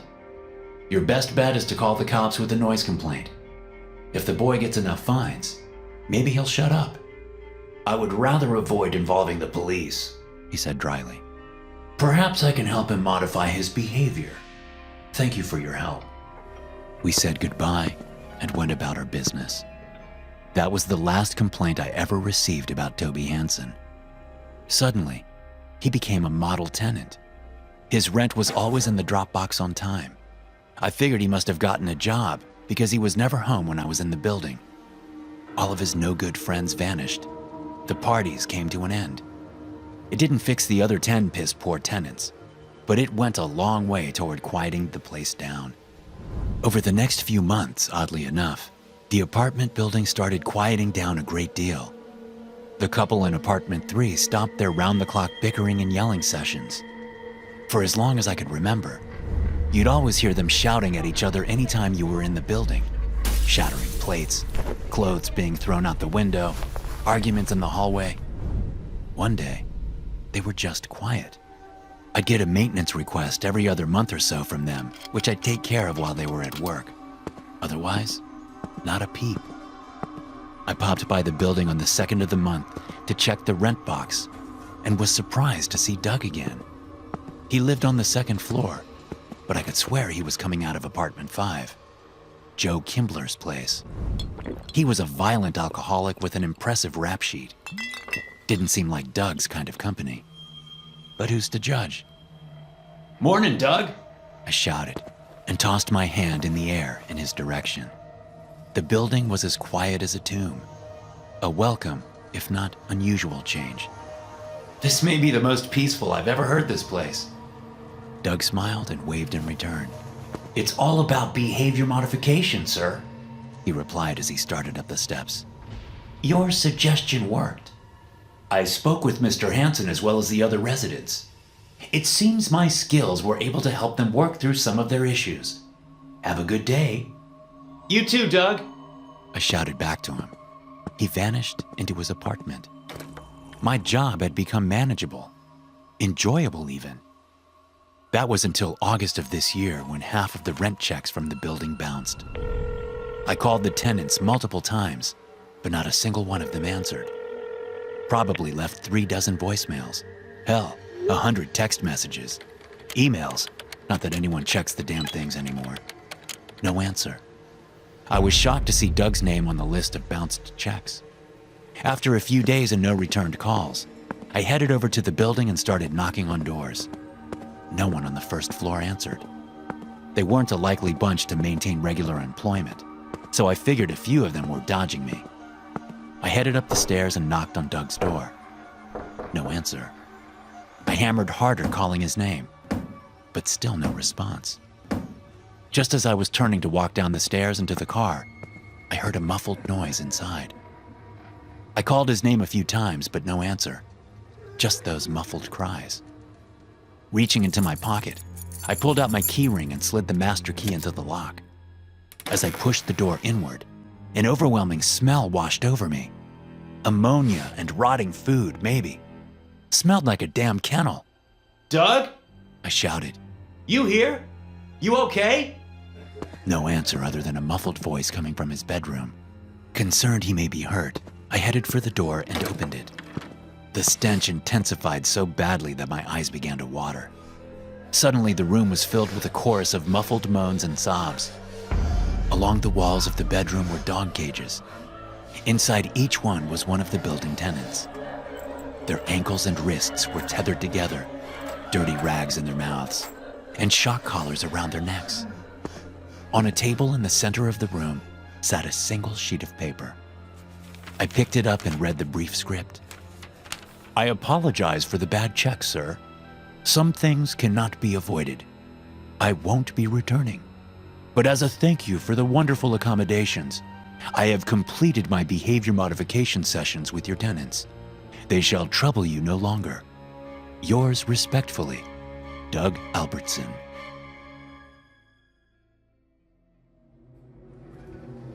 Is the recorder on? I don't see the red light. Wait. Okay, I see it now. Sorry. I'm just a little nervous. Look, Bob always seemed like a decent enough guy. He was a little quiet, sure, but very friendly. Working as an accountant at an insurance company isn't the most exciting job in the world, and doesn't tend to attract the most exciting people either. We didn't know him well enough, even though he'd been there about a decade. His office was pretty sterile. No picture of a wife or a husband, for that matter. No pictures of children. He never shared personal details about his life. Everyone in the office would invite him to birthday parties or potlucks at lunch, but he just stayed in his office. Ate at his desk every day as far back as I can remember. A bologna sandwich, a bottle of water, and half of a banana. Never deviated from his routine. Seemed like a good enough guy, though. Mr. Applegate, our manager, he was less pleasant. He was a micromanager if I ever met one. No detail of a project was too small for him to scrutinize. The guy would rip you to shreds in a meeting for the smallest error. Everyone walked on eggshells around him. I don't think anyone deserved what happened to him, though. During an afternoon meeting, Mr. Applegate was lecturing the staff about the importance of double-checking all financial documents for final submission. Our error percentage on financial reports last month had increased from 1% to 1.5%. In our favor, mind you. But that was beside the point to Mr. Applegate. And who do we have to thank for making us look like a cluster of morons to the head office? Mr. Applegate asked us dramatically. Bob Brooks, accountant extraordinaire. Stand up, Bob, so we can give you a round of applause for sending out the wrong numbers. Bob stood hesitantly as Mr. Applegate clapped loudly. No one else joined him. We just felt bad for Bob. We'd all taken our share of insults over the years, but we'd never seen Mr. Applegate go after Bob. Sometime in March, Mr. Applegate stopped showing up to work. It was out of the blue. He had worked there for over 20 years, and you could set your watch by the time he walked in the door each day. Things went on as usual for a few days, but it became clear he wasn't coming back. He ignored every phone call or email sent his way. A rep from corporate stopped by at the end of the week and called Bob into the conference room. The rep had decided Bob would be our interim manager until the position was filled. Most of us were indifferent. He wasn't anyone's friend, but no one disliked him. To our surprise, Bob was a fantastic manager. The office ran more smoothly than ever. Productivity was up. We weren't being micromanaged. Bob stayed in his office most of the day, unless he needed something specific, which wasn't often. He took care of the corporate side of things, and we took care of the day-to-day operations. It was nice, really. At the end of the last quarter, Bob surprised us with a big announcement. According to the main office, he said quietly, our numbers are the highest in the state. You have all done excellent work. As a reward, we will have a barbecue in the empty field beside the parking lot. I will put a sign-up sheet on the break room door for sides and drinks, but I'll bring the main course. With that, he headed back to his office.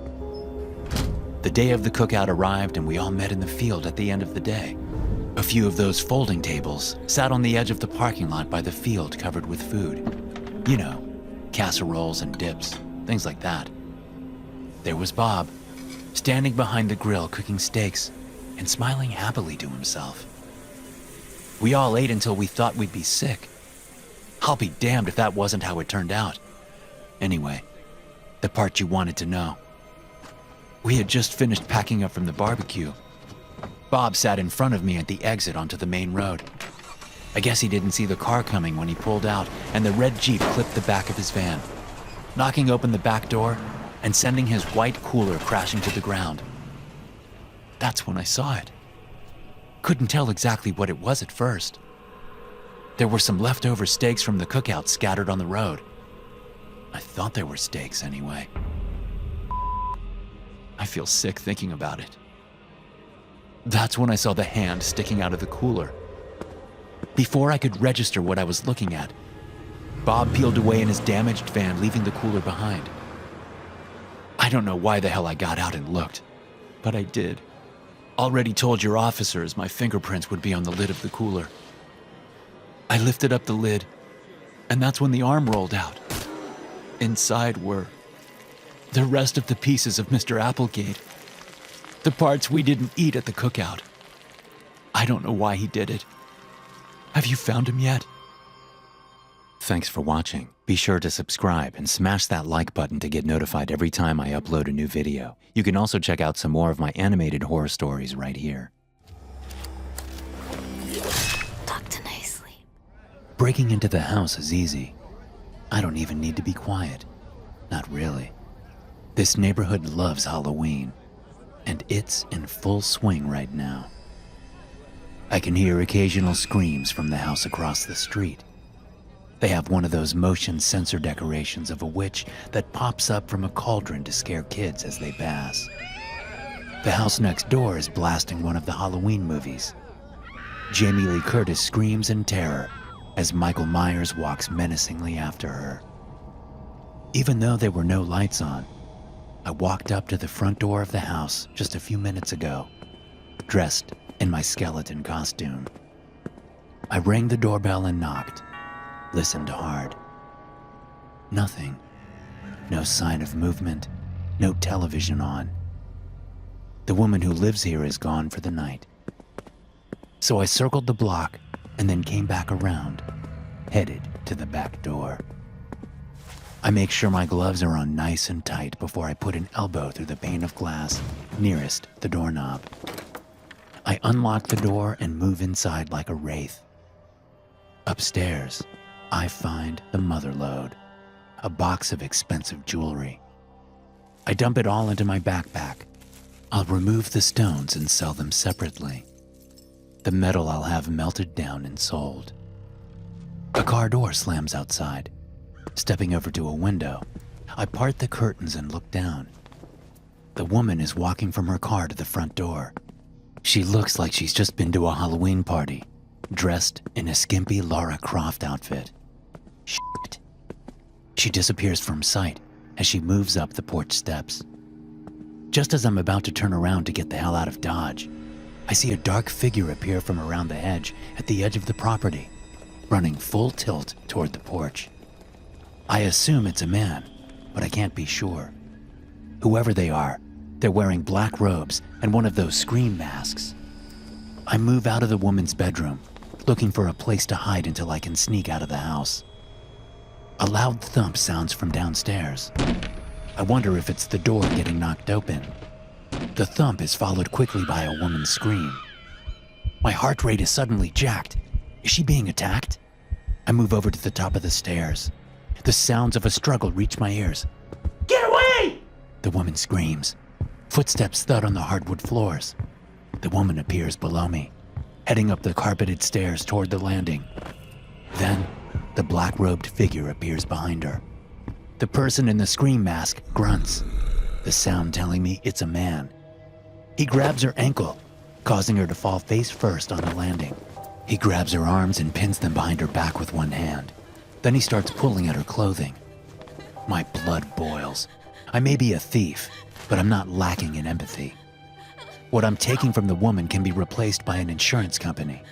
What he's trying to take from her can never be put right. She's still whimpering, fighting. He must be strong, the way he's holding her down with only one hand. I move to a hallway table, grabbing a heavy brass lamp, yanking the plug out of the wall as I head back to the stairs. I take them 3 at a time, reaching the landing in seconds. The man's shrouded head moves slightly as I bring the lamp back, readying it for the blow. He looks up at me just before the base of it connects with his masked face. He topples off her, and I hit him again with the lamp, and again. The woman is screaming. She scrambles away from her attacker. The guy goes limp after the 3rd hit. I can't see how bad the damage is, but judging by the feel of the hits, it's pretty damn bad. Life-threatening, probably. "What are you doing?" the woman screams. I straighten and turn to look at her. What kind of question is that for someone who just kept her from getting raped? What the did you do? Oh my God! She's crying now. She crawls back over to the masked figure. Miles! That's my fucking boyfriend! We were playing! It wasn't real! My stomach cramps. I suddenly realize I'm no longer wearing the plastic skull mask I had on earlier. I took it off and put it in my backpack as soon as I saw the house was empty. What the are you doing in my house? The woman says. She pulls the guy's scream mask off. It doesn't look good. I don't think the guy is breathing anymore. The woman makes a choking sound. She moves down the stairs. I step after her, still holding the lamp in my hand. It's okay, she says, her voice shaking. She doesn't look at me. It was an accident. It's okay. Where are you going? I ask. It's okay. I'll tell them. It was all a misunderstanding. Wait, I say. My mind is racing 500 miles a minute. The few options I have repeat in my head, gaming out the possibilities. I know the same thing is going through her head. She stops at the bottom of the stairs. 5 feet separate us. She looks up at me, and then she runs. I chase her. She makes it through the front door before I can get to her, but I lunge out and hit her in the back of the head with the lamp just as she's about to scream for help. She goes down hard, smacking her face into the wooden porch. I look out at the road. A couple of kids are heading out from a house across the street. They're oblivious, looking at the candy in their bags and laughing to each other. They disappear from view. There's a lull in traffic. I bring down the lamp on the woman's head 4 more times in quick succession. I leave her there. People will think it's a Halloween decoration, at least for a while. I head back into the house and make sure the boyfriend is dead.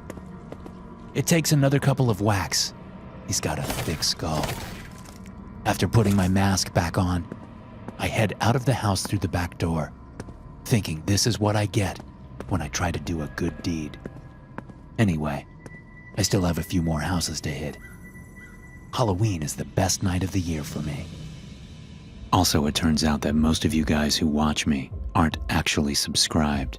So if you like the content and want to support the channel, go ahead and hit the bell. It's free, and you can always change your mind later. Story 2, The Last Halloween. Standing next to the bed makes me feel nothing. I reach my left hand out toward the hem of the purple and green blanket, but I can't bear to touch it. Part of me wants to see what's underneath, even though I already know. The 2-person shaped bulges stay covered. I pull my left hand back. In my right hand, I clutch a kitchen knife. I didn't dare turn on the light when I came into the room, but the blinking orange lights from outside the window provide enough illumination to see by. I know the room well anyway. I could navigate it in total darkness. There's no way I can lift the blanket. No way I can look. I have to accept that. Moving to the window, I look out onto the street. Halloween decorations wink and sway and grin vacantly. The orange pumpkin lights lining the roof above the window blink. There is no movement on the street, aside from orange, yellow, and brown leaves skittering along the asphalt and flapping in the gutters. I imagine one of the bodies on the bed behind me sitting up, the blanket falling down to reveal a haunted, horrific face. My throat thickens. Could it be true? Spinning around, I see that neither body has moved. I feel a deep sense of relief, tinged with regret, and quickly swallowed by sorrow. Moving down the stairs, I wonder if I'm really here. Maybe this is what death is like, so quiet and lonely. Maybe I'm dead at 16 and I don't even know it. I pause at the bottom of the stairs, lifting my left arm up and poking it with the kitchen knife. I wince, and the sharp point draws a bead of blood. Still here. The front door is open, and a few leaves have blown into the entryway. They crunch under my shoes as I walk outside. The Thurmans, who live across the street, have left their front door open too. I walk down the concrete path toward the street. It's bordered on both sides by a perfectly manicured lawn dotted with creepy ghosts and flickering jack-o'-lanterns. Before crossing the street, I look both ways. Habit. Of course, there's no traffic, no vehicles, no people. The trick-or-treating is all done. Finished. Forever. The Thurmans have a scarecrow on their porch swing. As I stand there, looking at it, I sense movement behind me. Looking back, I think I see a dark figure standing in my house's doorway. My heart thuds within my chest, and I force myself to close my eyes for a long moment. When I open them again, there's only a dim doorway. No figure standing there. I find the Thurmans in their living room, slumped on the couch. Their oldest son was 2 years younger than me. His eyes are still open, staring blankly at the silent home movies playing on their television. The younger one, Toby, is tucked between his father and mother, his face screwed up in fear, or pain, or both. I have no problem looking at them. I don't feel much of anything. Numbness. The other houses in the immediate area hold similar scenes. Freshly dead bodies. Some of them are gathered together, like the Thurmans. Some aren't. Delirium seems to take root, and I wander down the middle of the street, looking at houses for signs of life. Surely, I'm not the only one left. Soon enough, I find myself nearing the center of our little village, our town, our community, whatever you want to call it. I hear the sound of footsteps coming from just around the bend, followed by the sound of a car door shutting. At the corner of a tall wooden fence, topped with string lights of little ghosts, I peer toward the mansion there. The mansion at the center of town. There's a man moving around there, rushing down the wide marble staircase to a blue Range Rover, parked in the circular driveway. He carries several bags, making his journey cumbersome. I know his face well. The craggy contours of it are second only to the curves of my own face. But the expression there now is one I've never seen before. He's afraid. I've only ever seen him supremely confident, beaming with benevolence. He has many names: Master, Father, Divine One. Suddenly, the implications of him moving around with that look on his face crashed down on me. He's the one that convinced us all we should leave. He's the one whose nonsense I've been listening to almost my entire life. He's the one who told all the parents to make sure the kids went first. He insisted that the veil was thinnest between worlds on Halloween, that we could travel into the afterlife as gods. And after so many years of believing this bullshit, everyone in our little community took it as gospel. I heard my parents talking about it a week ago. I was supposed to be asleep, but I heard them talking, and they mentioned my name. They were discussing how they would get me to eat the poison candy before taking their own doses. We would travel together into eternal life. Halloween was a great time to do it, they said. Not only was it the time Father had prophesied, but it would be easy to get kids to take the poison. What kid doesn't like candy? But when the time came, I fought my mom. I told her I didn't want to die, that I didn't want her and my father to die. But she wasn't hearing it. So when she went to get my father, I switched out the candy bar with the poison in it for one that I'd stashed away. I knew they would use my favorite candy. When she came back with my father to make me eat it, I gobbled up the untainted candy. And I pretended to die. I didn't know what else to do. I was afraid, terrified. And until now, I thought it was pure cowardice. I regretted not eating the candy bar. I regretted missing out on the trip to eternal life. But now that I see the Divine One and the fear on his face, I know it wasn't cowardice. Now I know the meaning of true cowardice. I've seen cowardice incarnate. And its name is the Divine One. I looked down at the knife still in my right hand. I had originally taken it to protect myself against anyone who might force me to eat poison. But now, I know it has a different purpose. It has been prophesied. When the Divine One heads back into his mansion, I run up and hide beside the Range Rover, out of view. I listen as he hurries down the stairs again, huffing with his luggage. He's fat now.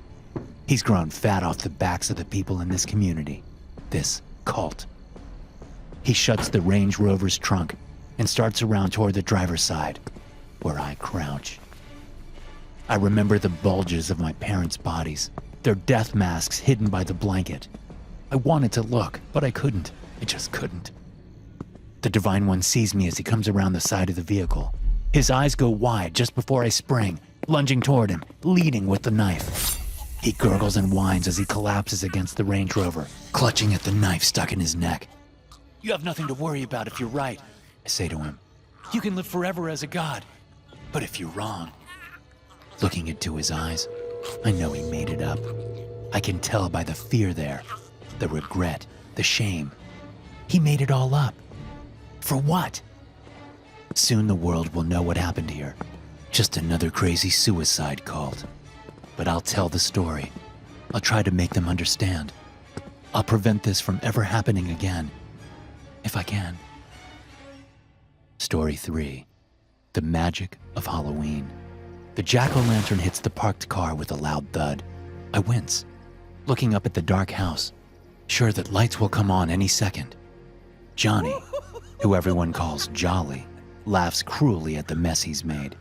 The hit dented the car door. "Come on, Jolly," I whisper. "Let's just go home." Jolly ignores me. He's not really jolly, not in the truest sense of the word. He's only happy when he's causing pain or discomfort to others. I know this better than anyone. For reasons I'll never understand, my mom fell in love with his dad. Now we're stepbrothers. Hooray. I walk away from the house.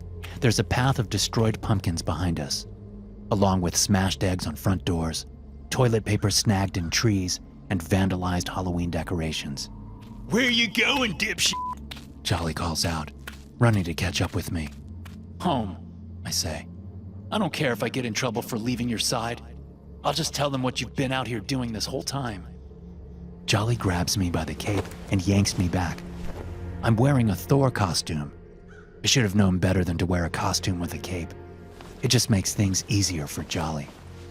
"You tell anyone anything, I'll curb stomp you, you little sh*." His breath smells of half-digested candy and chewing tobacco. I don't know what a curb stomp is, but it doesn't sound good. At 16, Jolly is 4 years older than me, and a lot bigger. He's wearing black clothes and carrying a black backpack. "Fine," I say, yanking my cape away from him. "I won't tell. Let's just go home." "Not yet," he says. "I want to hit the Delgado house first. Teach those f***ing assholes a lesson. And you're my alibi. You know what that means? It means you're going to lie and say I was with you at the movies all night. Halloween double feature." At least we're getting close to home. The Delgados live just 1 block over. Jolly has been feuding with their 2 sons for as long as I can remember. They're nice kids. At least, they've always been nice to me. It's probably why Jolly hates them. He likes to smash out any kindness. I guess he wants everyone to be as miserable as he is. He's now out of toilet paper and eggs, so we don't make many stops on the way. Although he does smash nearly every pumpkin he sees. I'd like to smash him one of these days. We walk up to the Delgado house, which is a nice 2-story white house with dark blue trim. It has a big oak tree in the front yard. Halloween decorations hang from the massive branches. There are 2 lines of jack-o'-lanterns along the walkway leading up to the house. Surprisingly, Jolly ignores these. "Well, what do we have here?" he says, walking up to the porch and snagging a huge pumpkin. It's no jack-o'-lantern. It hasn't been carved. But it has something painted on the front in red letters. "Do not smash." Jolly laughs his cruel laugh again as he chucks the pumpkin against the concrete walkway. It cracks, but doesn't break apart. But Jolly hasn't noticed. He's been picking up the glowing jack-o'-lanterns and smashing them. I stand back, watching for cars on the road. or for lights coming on in any of the houses. When I turn my head back towards Jolly's frenzy, I see the cracked pumpkin move. At first, I think he must have bumped into it, but he's nowhere near it. Besides, it's still moving. The dark crack widens and the pumpkin breaks apart, revealing a mess of pumpkin guts. But the guts are moving now too. A small, bumpy orange arm with black claws on the 4 stubby fingers emerges from the mess, followed by another arm. Then a head comes out, shaking like a dog trying to get dry, throwing off slimy pumpkin guts. The head looks like a small pumpkin, but it has eyes and a mouth that glow with poison green light. The rest of its body emerges as the creature crawls free of the wreckage. It moves on all 4s, its legs shorter than its arms, but thicker. The whole thing looks like it could be made out of pumpkin parts, but it moves with the fluidity of a cat. Its glowing eyes sweep over me, its jack-o'-lantern mouth stuck in an evil grin. Jolly? I stutter. He pays no mind. The creature looks over at him. He's just finishing with the jack-o'-lanterns, turning his attention toward the decorations hanging from the oak tree. Jolly! I shout. What the hell is it? There's someone coming. Look! I say, pointing toward the creature, which is stalking slowly toward him. Jolly sees it and laughs. What the hell is this? A cat dressed up for Halloween? He takes 2 steps toward it and tries to kick the creature, but it grabs onto his leg. Jolly screams. What the f***? He says, jumping around and kicking his foot. The creature's claws must be sinking into his flesh through his black pants. The thing scrambles up his leg and moves up under his sweatshirt, all while Jolly beats at it and screams. I don't see what the thing does, but I can guess as blood spews out from under the hem of his sweatshirt. Suddenly, the bulge in his sweatshirt goes flat. The energy has gone out of Jolly.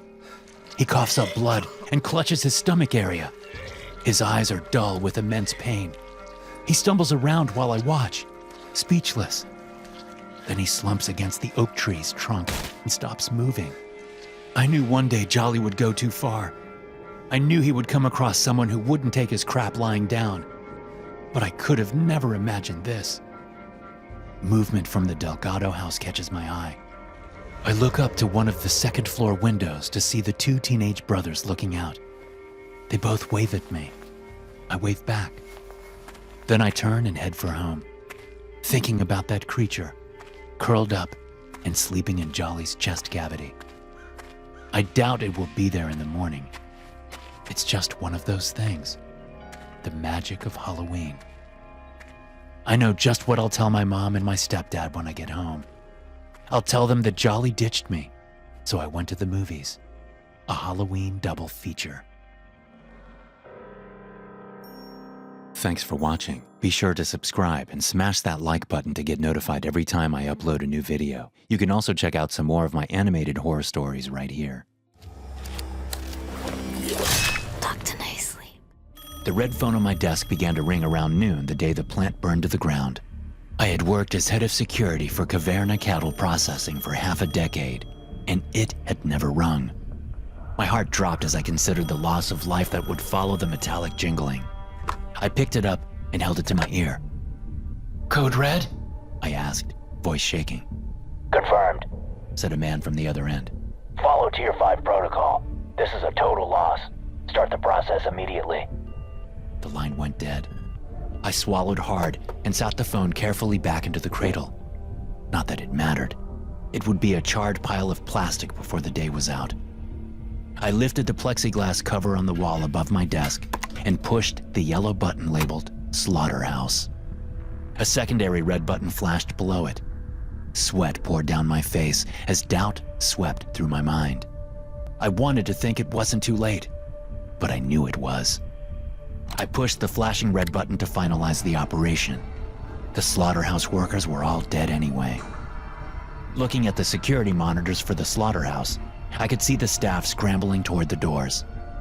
As soon as I hit the secondary button, the magnetic locks engaged, and there would be a mechanical voice playing through the overhead speakers announcing the lockdown. It would tell some soothing lie that normal operations would resume any moment, but they knew better. In a dead-end town like this, People flocked to Caverna for decent pay and dependable hours. A few years in, and most of them even accepted the twisted nature of what we actually did. Most of them probably lied and told themselves nothing bad could really happen. For a few brief moments before they died, they understood it had all been a comforting lie. I turned back to my computer and entered the command to announce the facility evacuation for all of the other floors. Scanning the bank of monitors, I could see the other workers cease their duties and begin to move in an orderly fashion for the nearest exit. The alert sounded like a fire alarm, so they would move a safe distance away from the building before Tier 5 protocol finished. The waves of other workers were still marching out, but I turned my head back to the bank of slaughterhouse monitors. In the brief moments I had looked away, nearly a third of the cameras had gone offline. I knew the things were destructive, but I had no idea how quickly they had moved or how they had escaped containment. On one of the screens, a horrible image flickered lifelessly. In front of one of the exit doors, there was a pile of people. Parts of them, anyway. I had never been more grateful that the Caverna cattle processing plant owners had never transitioned the old cameras to color. My imagination made the scene bad enough. I turned back toward the other monitors to see a few slow movers still shuffling around inside the plant. There wasn't much time left before I would have to enter the final protocol command. My face was burning with anger at the stragglers. I picked up the system-wide mic on my desk and held it to my mouth. Get the hell out! I shouted. The building is on fire, and I can't leave the security booth until the place is cleared! The last few slow-moving employees unexpectedly picked up their pace and moved toward the exits. I breathed a sigh of relief as my eyes darted from monitor to monitor. All of the floors, other than the slaughterhouse, were clear. I turned to the row of buttons and pushed the yellow and red sequences to finalize the order. Clicks reverberated through the facility as the magnetic locks engaged. The things were trapped inside, and the hidden self-destruct system would engage in just a few moments. Stealing one more look back at the slaughterhouse monitors, I finally saw the things. Bovine heads extended from their serpentine necks. They waved side to side, bobbing above their arachnoid bodies. Most of them had 8 eyes, but a few had 10 or more. The hooves came to a sharp point. Bloated udders randomly spotted their body, dripping some liquid too thick to be milk. Gore dripped from their slack mouths. They skittered across the slaughterhouse floor, tracking down the last few survivors. Every few moments another camera would go offline. I never understood why they destroyed the cameras. Did they know I was watching them? Could they think? Were they more than just some monstrosity the Caverna Cattle Processing Company had developed to cut costs? The damn things grew too rapidly. They were too dangerous. Surely Caverna knew it. Sure, they tasted like beef, but I couldn't help but be sickened by the monstrosities that had overwhelmed the slaughterhouse floor. Dozens of people inside were dead, all in the name of higher profit. My computer monitor began to flash rapidly, counting down the moments until the incendiary devices would cause the plant to erupt in flames. That was the protocol. Genetically engineer monsters that taste like beef. If they break containment, destroy the plant and any staff trapped inside. Insurance would pay to rebuild in a new town. The families would get a meager payout. Caverna would just move on, open a new plant, breed more creatures. Next time you're at the grocery store, skip the Caverna meats section. It may be a price you like, but you get what you pay. Also, it turns out that most of you guys who watch me aren't actually subscribed. So if you like the content and want to support the channel, go ahead and hit the bell. It's free, and you can always change your mind later.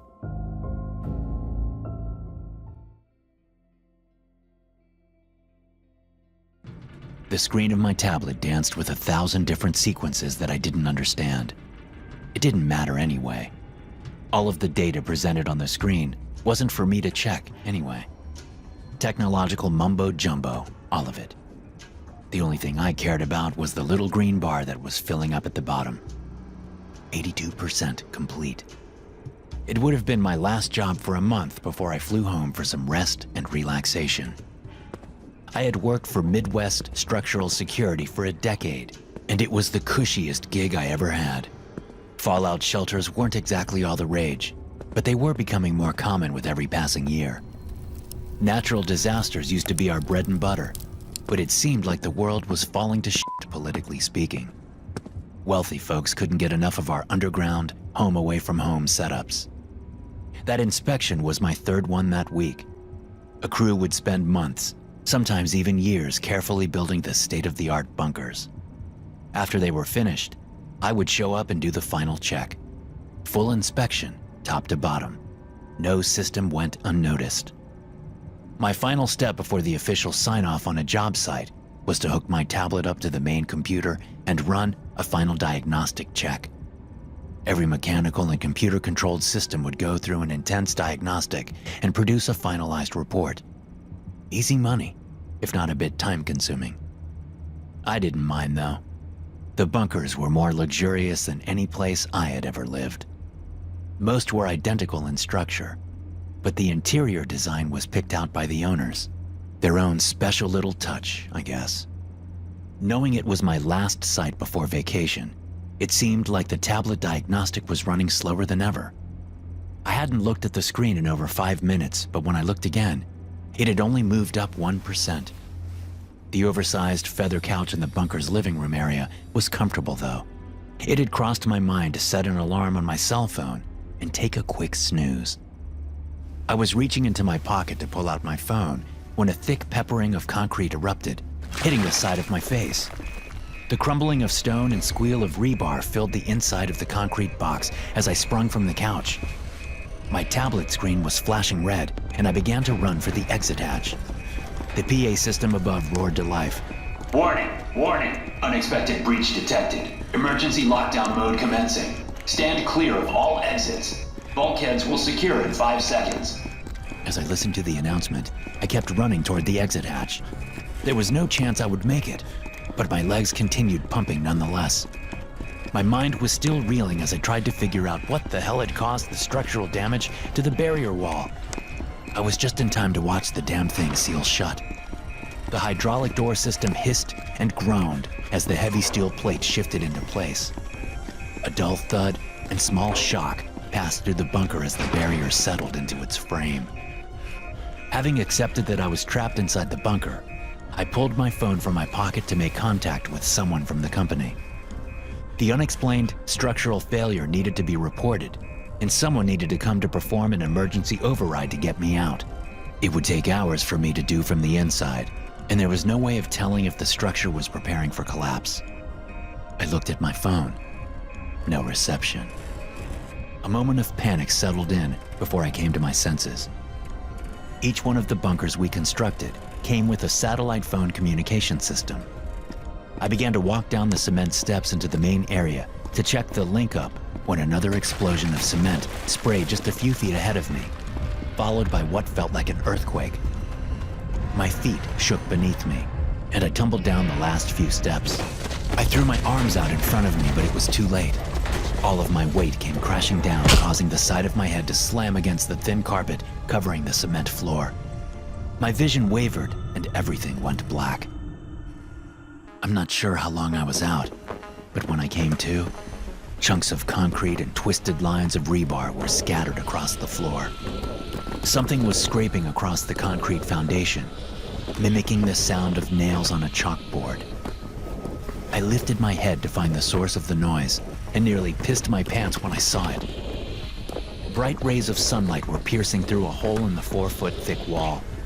Dirt and crumbled concrete were sliding in from the opening, pushed by an enormous white hand. From the tip of the talons to the bend of the wrist, it had the texture of porous bone. Deep dimples in the ivory claw were filled with dirt. The massive hand scratched at the floor, feeling around as though it were a bear reaching into a log, searching for an easy meal. In my daze, I managed to push myself back a few feet, just as one of the claws sank deeply into the concrete, where I had been only moments before. A deep wound in the concrete trailed back to the hole as the colossal hand pulled itself out. The ground rumbled as something unimaginably massive moved overhead. The quakes gradually grew less in intensity, before vanishing altogether. I remained in the bunker for hours after that, afraid that the thing was outside. Maybe it was just waiting to see if I came out. My stomach turned with the thought of seeing what was on the other end of that grotesque hand. The daylight drifted into twilight, and still, I sat frozen in the same spot. My stomach growled for food, yet nothing could pry me away. It wasn't until the next morning when sunlight began to pour in through the shaft before I finally decided to make my escape. I clambered up through the hole the thing had gouged into the bunker and poked my head above ground level. My truck was ripped to shreds and scattered around the field. A line of trenches were grooved into the ground as far as my eyes could see. Some hellish trail left by whatever nightmare creature had burrowed its way in. I guess those bunkers couldn't keep everything out. I woke up to my wife sobbing gently in the bed beside me. Our tiny passenger cabin on the cruise liner acted like an echo chamber, turning her gentle weeping into echoed cries. When I opened my eyes, the soft light from under the door illuminated the room in a light that sent thin shadows crawling up the walls. My eyes focused in the darkness to see Nancy sitting up in bed. She was clutching the phone from our bedside table in her hands. A soft voice was speaking through the earpiece, but I couldn't understand what they were saying. Nancy, I said in a gentle tone. is everything all right? I don't know, Marvin. She replied. I'm scared. Who was on the phone? I asked, pushing myself up into a sitting position. Something wrong with the kids back home? Nancy's muffled crying morphed into defined wails when I mentioned the children. That cruise was the first trip we'd taken without the kids. It was our 10th anniversary celebration, and we decided to make it just the two of us. I'm glad we didn't bring them. Who knows if they would have made it back home? Can you tell me what's wrong, sweetie? I asked again. She opened her mouth to answer, but nothing but mournful sounds came out. I tried to give her a minute to collect herself, but her composure didn't return.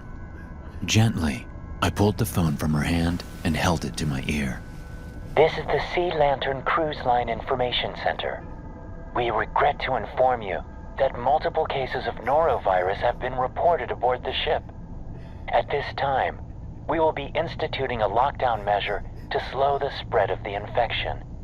All passengers are to remain in their rooms until inspected by SLCL medical personnel. If you are suffering from vomiting, diarrhea, or cramping, please report this to medical staff during your checkup.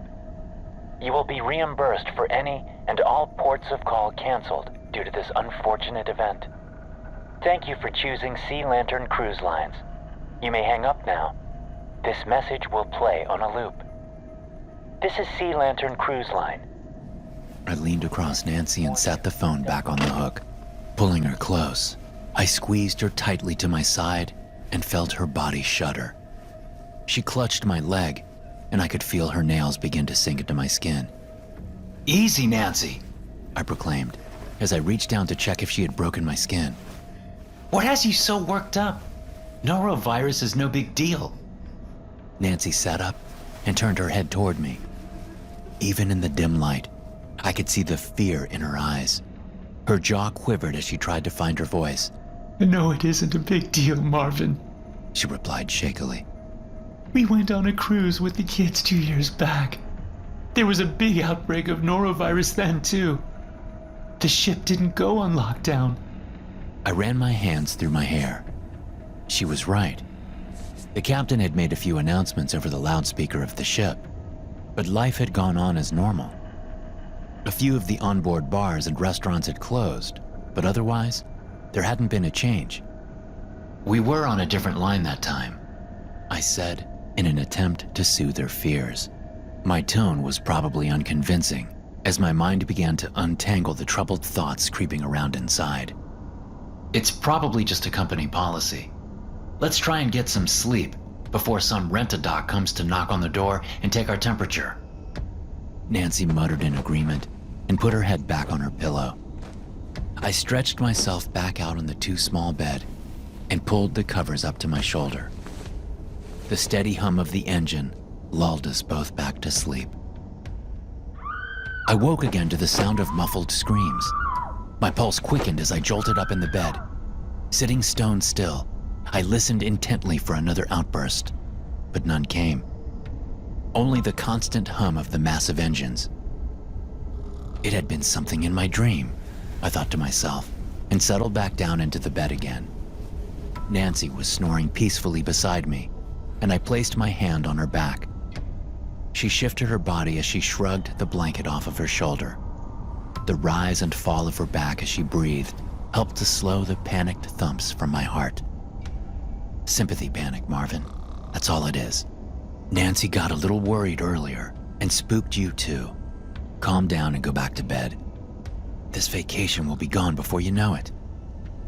Just as I was settling in, I heard someone knocking heavily on a cabin door in the hall, followed by a loud voice. Through the door, I couldn't quite hear what they were saying.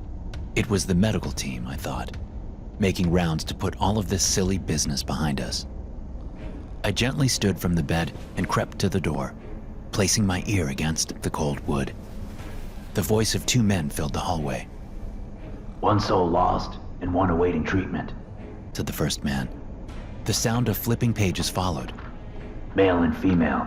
David and Joyce Carmichael's. I'll call for the removal team, said the second man. Which one needs treatment? The man or the woman? The man, the first one replied. He's pretty weak. I could hear one of the men walk back into the cabin before a single gunshot rang out. I fell onto the floor in shock. Treatment complete, said man number two. Last cabin on this floor. Looks like Marvin and Nancy Compton. Pop the door. White noise filled my ears as I heard a plastic keycard slap against the magnetic lock of our door. The heavy wooden barrier pushed in and light flooded through the opening. Two men dressed in hazmat suits stood in front of me. The man in the rear had a gun. Good evening, Mr. Compton, said the first man. Are you or your wife feeling ill? A medical team wearing the same hazmat suits as the two men came to our room and examined us. It seemed to shock them to find us in perfect health, terrified as we were. They had us put on two hazmat suits and raced us to the elevator. Two men escorted us down the main hallway and through the empty lobby and onto the main deck. We didn't see a single soul other than the medical team. No matter how many questions we asked, they remained silent. We approached a helicopter that sat idling on the deck. Lounge chairs and white towels sat scattered all around. The team pushed us into the chopper where we belted up and lifted off into the sky. Nancy clung to me more tightly than she ever had before. As we moved over the side of the ship, it finally made sense why we hadn't seen anyone else. On the deck were bright white body bags, thousands of them. Thanks for watching. Be sure to subscribe and smash that like button to get notified every time I upload a new video. You can also check out some more of my animated horror stories right here. Doctor Nicely. The rig was an oasis for the homeless. 2 miles off of the Texas coast, it was an abandoned oil rig turned into a shelter for the homeless. It was against the law, but the authorities never seemed to pay us any mind. Out of sight, out of mind. Isn't that the general position most places take on the homeless? I'm not sure how long the rig had been going before I ended up there, but when I arrived, it was like a full-fledged town on the water. A few people ran boats back and forth to the mainland. Some of the long-term residents operated like a city council. There were shops, a clinic, and a gas-powered generator to charge cell phones. A few local charities and food pantries would bring fresh water and dry goods a few times a month. Everyone got a bit for themselves, but the bulk was saved for those who couldn't go to the mainland for day labor. The most impressive feat was the garden. Over countless years, people had hauled dirt a few buckets at a time until there were dozens of planting beds on the old helicopter pad. No one officially oversaw it, but an older lady named Greta prided herself with constant care and tending. I'd lived there for 7 years. After losing all of my worldly possessions, the rig was the first place I ever felt at home. Shuffling from the alleyways to the shelter and back to the alleyways had worn me down. I had almost given up when Freddie told me about the rig. I'm heading for the coast, Tim. Freddie told me one day. He was a decade older than me and a good friend. I wouldn't have gotten through my first few years on the streets if it weren't for him. Got an old friend who says there's plenty of space out on an oil rig. A fella at the coast will take me out to it for a few bucks. You ought to come. An oil rig? I asked in disbelief. Why the hell do you want to go live on an abandoned oil rig? Sounds too risky. Freddie laughed and swatted me on the back. It's like a floating city. No cops to mess with you. No business owners chasing you away from their shops. Just a bunch of people like us that came together to prop each other up. What have you got to lose? The convenience store canned you. Sleeping on the streets has lost its luster. 2 days later, we hitched a ride to the coast. Freddie and I were blown away after we arrived. When he told me about the rig, I had imagined a filthy squat pad filled with trash and waste. It was quite the opposite. Aside from the rust of the aging structure, the rig was kept immaculately clean. No one slept in the open. Each available inch of indoor space was dedicated to sleeping space and food storage. A kind woman named Janet gave us both sleeping bags and blankets upon our arrival, and took us to an old boiler room where there was available space to sleep at night. She told us we could leave our belongings in the boiler room, but Freddie and I were apprehensive. Don't want anyone stealing my stuff, Freddie said curtly. Leaving stuff sitting around is a good way to get fleeced. You'll find the community here quite respectful of everyone's property, she said. Janet reached into her back pocket and pulled out 2 yellow sheets of paper filled with handwriting and gave them to both of us. Those are the rules here on the rig. We have a 3-strike policy here. If you break the rules 3 times, you're banished permanently. We both began to read this list of rules. Rule 1, no theft of any kind. Failure to repay debts is considered theft. Rule 2, no fighting. Rule 3, no drug use. Rule 4, drinking is allowed in moderation. Rule 5, if you don't contribute food or goods to the community, you must work daily to maintain the rig. Rule 6, do not enter the mechanical room below the drill module. Seems reasonable enough, I said, and extended the list back to Janet. Who decides if the rules have been broken? You can keep it, she replied. We have an informal council that meets every Saturday night in the mess hall. It's made up of our oldest residents. They will hear complaints and decide if a rule has been broken. If the incident is serious, the council will get together that day. We thanked her and headed to settle in. Over the next few years, Freddie and I integrated nicely into the community on the rig. The population remained roughly the same. New people would arrive occasionally. Old-timers would move on from time to time. Freddie and I spent most of our time on the rig. Before he lost his job and home, Freddie had worked in construction and welding. The council was excited to find out about his experience and asked if he would be interested in helping maintain the facilities. He agreed, but asked that I be allowed to assist him. It was a comfortable life. The uncomfortable part came when we saw our first banishment. During a Saturday meeting with the council, a man was brought forward to answer for a rule infraction, his third. He was an older man with a long beard and a thin frame. His eyes were red with tears as he stood before the group. My name is Albert Martin, he said with a shaking voice. I have been accused of stealing 3 cans of soup from a neighbor. Someone found the emptied cans under my cot. I was framed. Someone knew I'd been in trouble 2 times already and pinned this on me. Have mercy. I have nowhere to go. The crowd murmured with discussion as the old man wept. Freddie and I could hear the conflicting opinions amongst the community. Some thought there wasn't enough evidence, while others said Albert was a known rule breaker and was likely guilty. Albert Martin? One of the councilmen said. This is your third infraction, and we cannot tolerate theft on the rig. Many here rely on the food donations we receive. You are banished and will not return here. No! Albert shouted. He pulled out a rusted blade with a cloth-wrapped handle and held it toward the council. I don't have anywhere to go. I didn't steal the damn food. It's a setup. While the man waved the knife at the group in front of him, Freddy tapped me on the shoulder and beckoned me to follow him. He crept silently up the aisle behind the man. Moving surprisingly quick for his age, he darted forward and wrapped his arm around Albert's neck. Get the knife!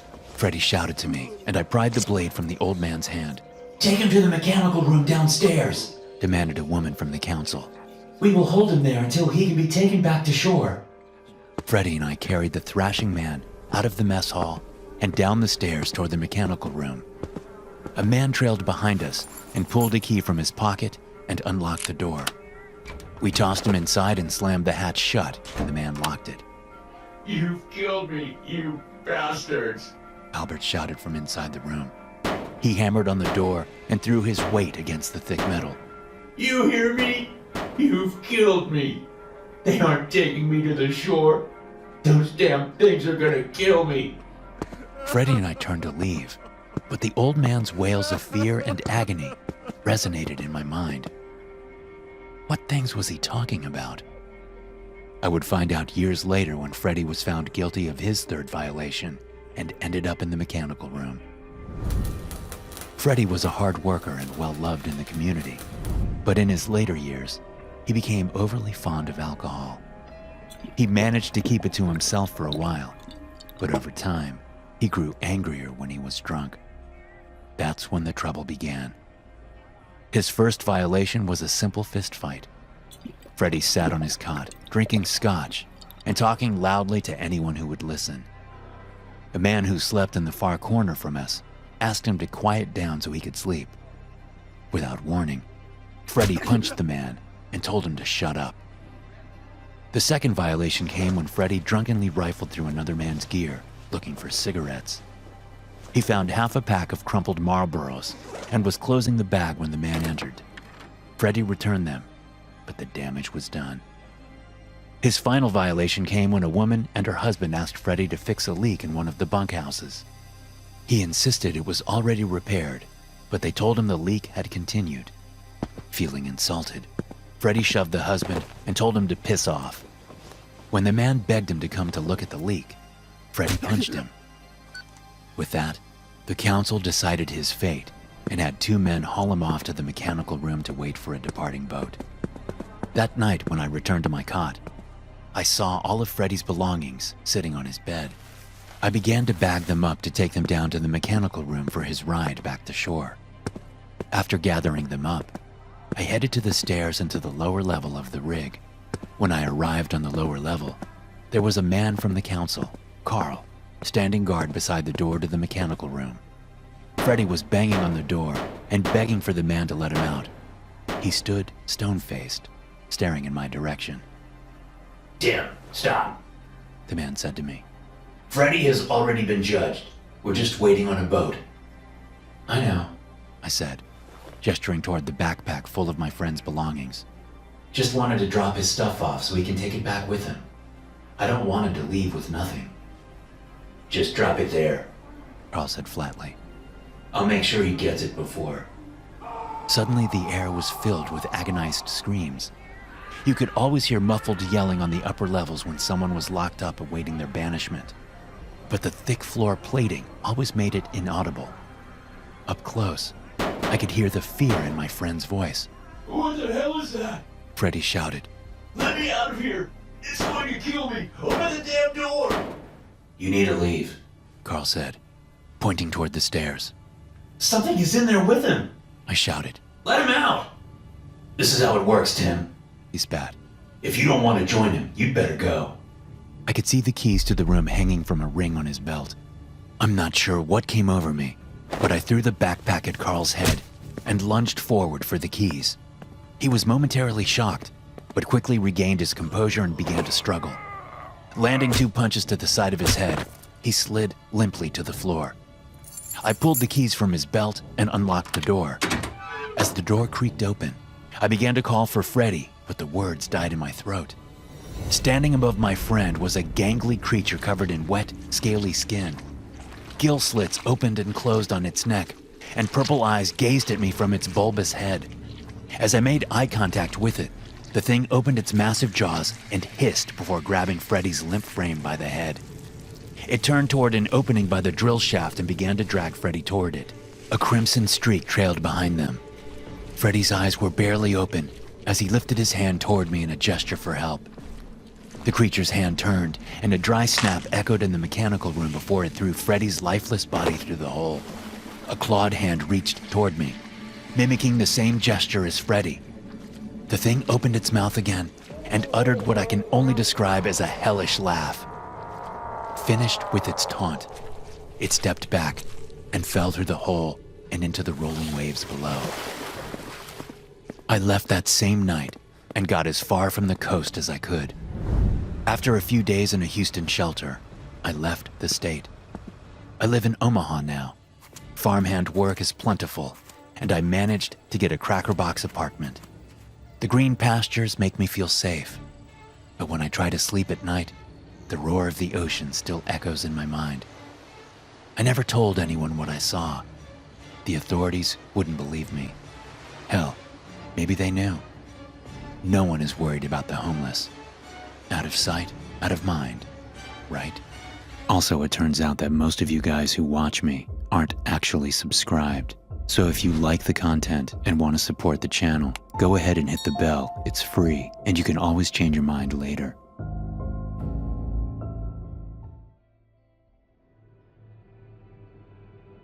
We lost contact with the mainland over 3 weeks ago. Radio contact went out almost immediately when the ice moved in.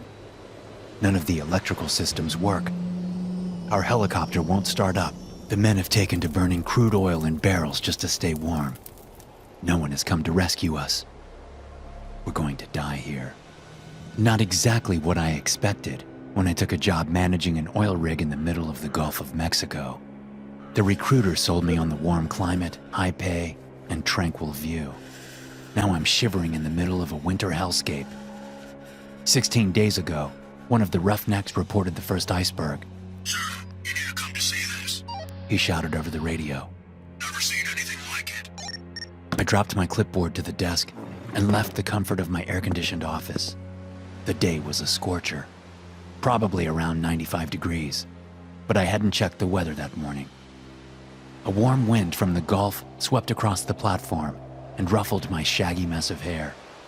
A lot of men on the rig kept their hair close to the scalp, but mine was thinning, and I hadn't wanted to bring any more attention to it than I had to. Once I reached the observation desk, I saw a roughneck waving wildly. I picked up my pace and crossed the deck to stand beside the man. He handed me a set of binoculars and pointed into the distance. Looks like an iceberg, sir. He stammered. An iceberg in the damn Gulf. My eyes gotta be playing tricks on me. In disbelief, I held the binoculars to my eyes and peered in the distance. It was hard to make out at first, but as a high wave moved in the direction of the platform, my line of view became clear. There it was, massive and white, bobbing up and down smoothly in the choppy water. It was moving quickly in the direction of the rig. Son of a bitch, I muttered under my breath. How long ago did you see this? It just kind of popped up, The man said. I've been scanning the horizon for the pickup tanker, and the damn thing just burst out of the water. My mind reeled. I'd seen dozens of bizarre sights over the years. Abandoned ships floating in the waves, pods of whales sailing below the water near the support structure, flocks of seabirds so thick they blacked out the sun. A huge chunk of ice floating in 83-degree water was a first.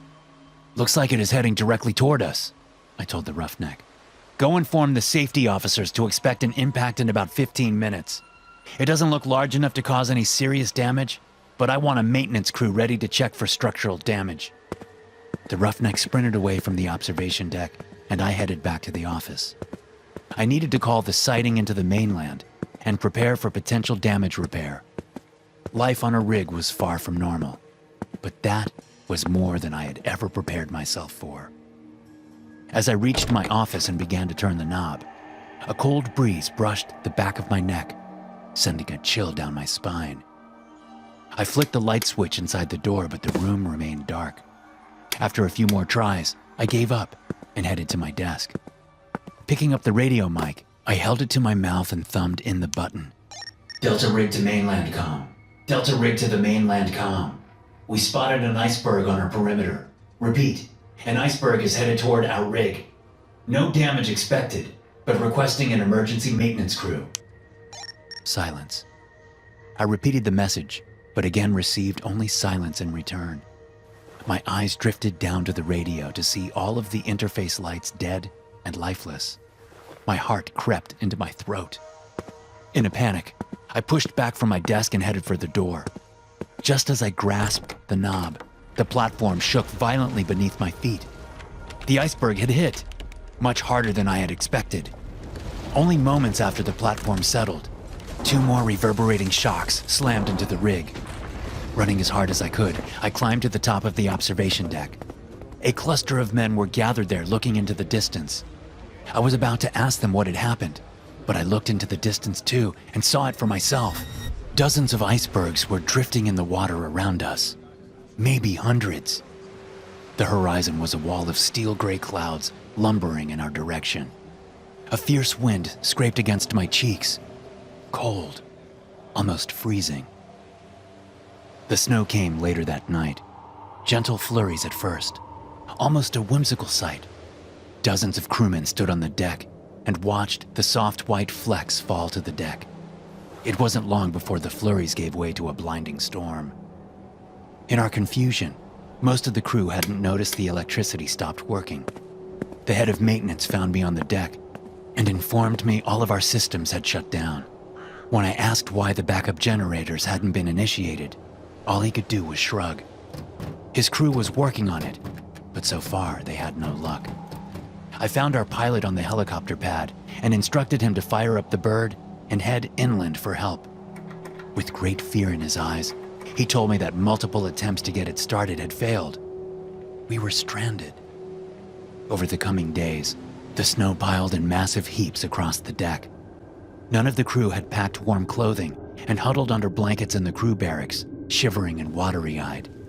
There was no heating system on the rig. Even if there was, the damn thing wouldn't have worked anyway. Nothing did. Violent quakes had shaken the platform for days before unexpectedly ceasing. The falling snow made it impossible to see the ocean below, but most assumed the icebergs had passed us by.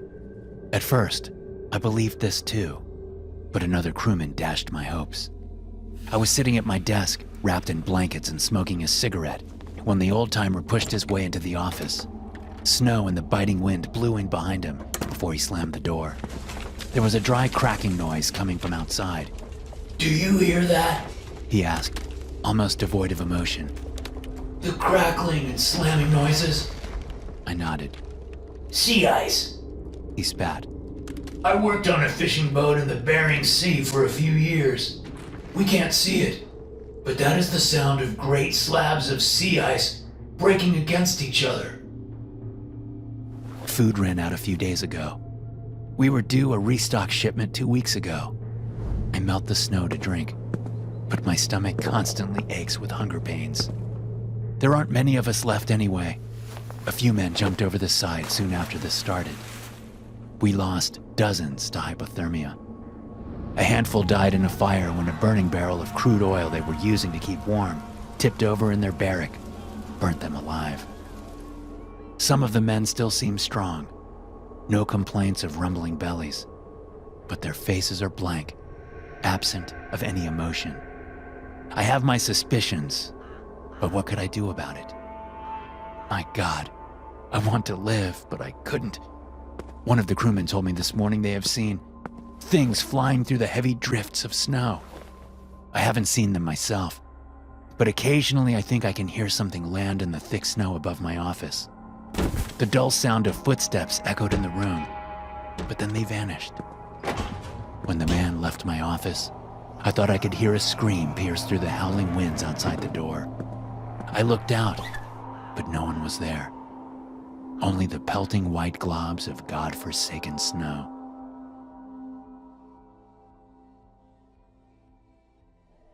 These personal entries recorded by Anonymous are intended for research purposes only. Entries unrelated to the event have been removed. All materials found here are the sole property of Eventide Petroleum and are not authorized for reproduction. If any unauthorized person or persons find themselves in possession of these documents, please contact the corporate office for a financial reward. August 10th, 2021. The jumpers always looked so happy as they marched to their death. You could see their faces clearly from the dozens of security cameras on the deck. Satisfied smiles covered their faces as they bounded carelessly toward the edge of the platform. We've installed a higher railing system around the edges, but it only made them work harder to get over the top. Before they jump, their arms extend out as though they expect something to come from the sky and scoop them up like a mother would pick up a small child. After 1 or 2 minutes of holding their crucifixion-like pose, they fall forward and sail through the air until they make an impact with the churning water below. Suicides on oil rigs aren't common, but they aren't unheard of either. The rate for oil extraction workers is near twice the percentage of males in the general population. At least, that's what I read when I started researching this job. From what I've seen, it is drastically higher here. During my first month on the rig, I watched 2 men plummet to their death from the control room. Braxton and Garvin were their names. Happy guys as far as I could tell. Wife, kids, and nice houses to get back to after their rotations. "Best job in the world," Braxton had told me the day we met. He pointed a finger out toward the endless blue waves that spread as far as we could see. "No better view for that matter. It's almost like the ocean sings to you every night, like it never wants you to leave." He never did leave. 20 days after we met, Earl Braxton and Jimmy Gavin leapt over the side of the rig during the night shift. Their bodies were never recovered. August 28th, 2021. We've lost 3 more men since I last had a chance to write. Derek Overton had only been on the rig for 6 days. Young guy, couldn't have been more than 22. It was his first offshore job, and he had seemed so excited. He was a hard worker too. "You ever hear anything weird when you're working out on the platform?" he asked me one day. "Sounds like there's someone out in a boat singing." "No," I replied. "I work down in control and keep an eye on the vital systems. Don't get outside as much as I should." "I'm probably just hearing things. Tried to ask a few of the other workers up top, but I guess they're too busy to talk. A few of them told me I should wear earplugs, but I don't know. The sound of the waves is soothing. The singing noise too. I kind of enjoy it." That was 2 days before he jumped. Our night shift crew wasn't fast enough to stop him. They never are. Doyle Hargrove was an old-timer. He worked on Eventide rigs for over 30 years. According to the duty roster, he was due to rotate home next week. His psychological evaluation was top-notch. No history of mental illness. All of his crew said nothing seemed out of place. If anything, he seemed happier than he had in months. Just the same, Doyle threw himself over the side of the rig during the night shift. The third death wasn't a jumper. One of the motor hands, Alvy Spencer, was found standing near the edge of the platform, arms outstretched, looking toward the sky. 2 roughnecks on the night shift saw him and managed to drag him back from the edge before he scaled the railing to fall into the drink. Alvy fought them tooth and nail as they pulled him toward the barracks.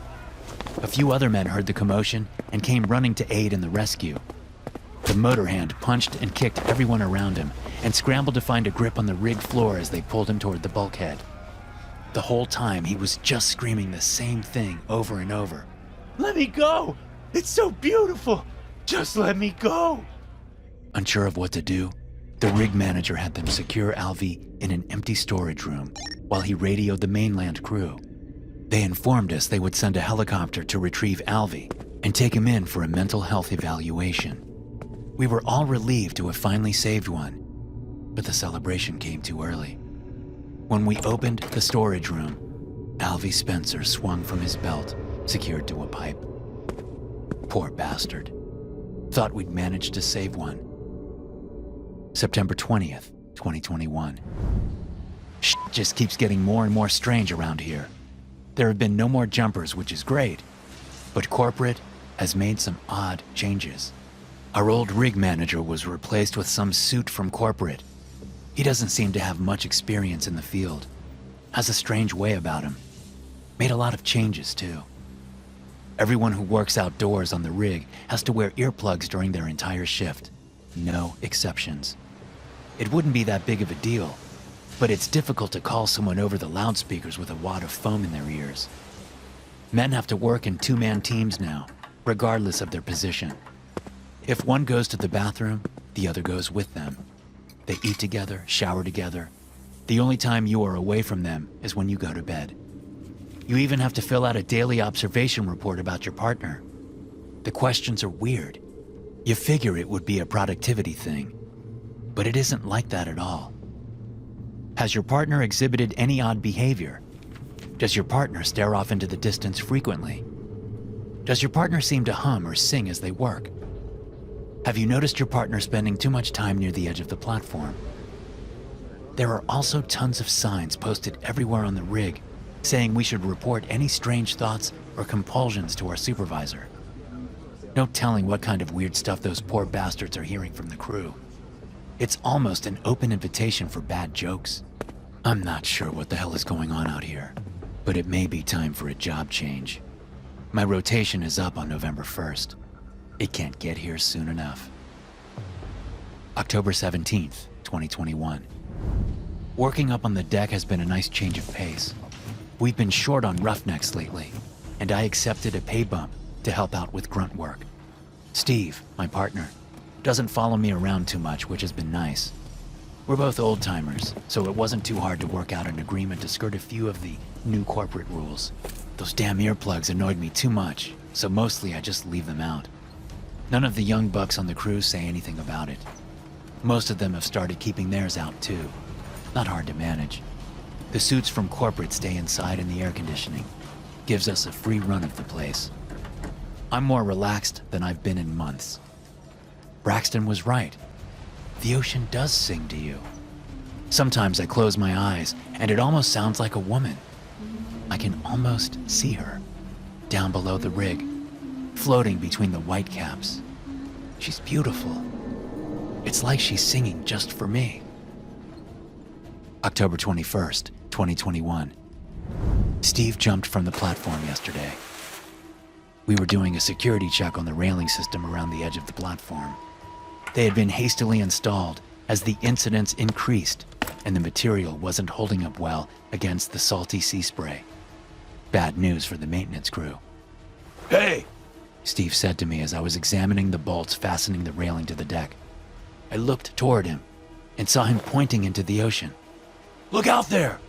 Looks like a damn lady swimming in the water!" "It's 15 miles to shore and there isn't a boat in sight, Steve. Your eyes are playing tricks on you." "No," he stated. "Take a look for yourself. She's waving at us.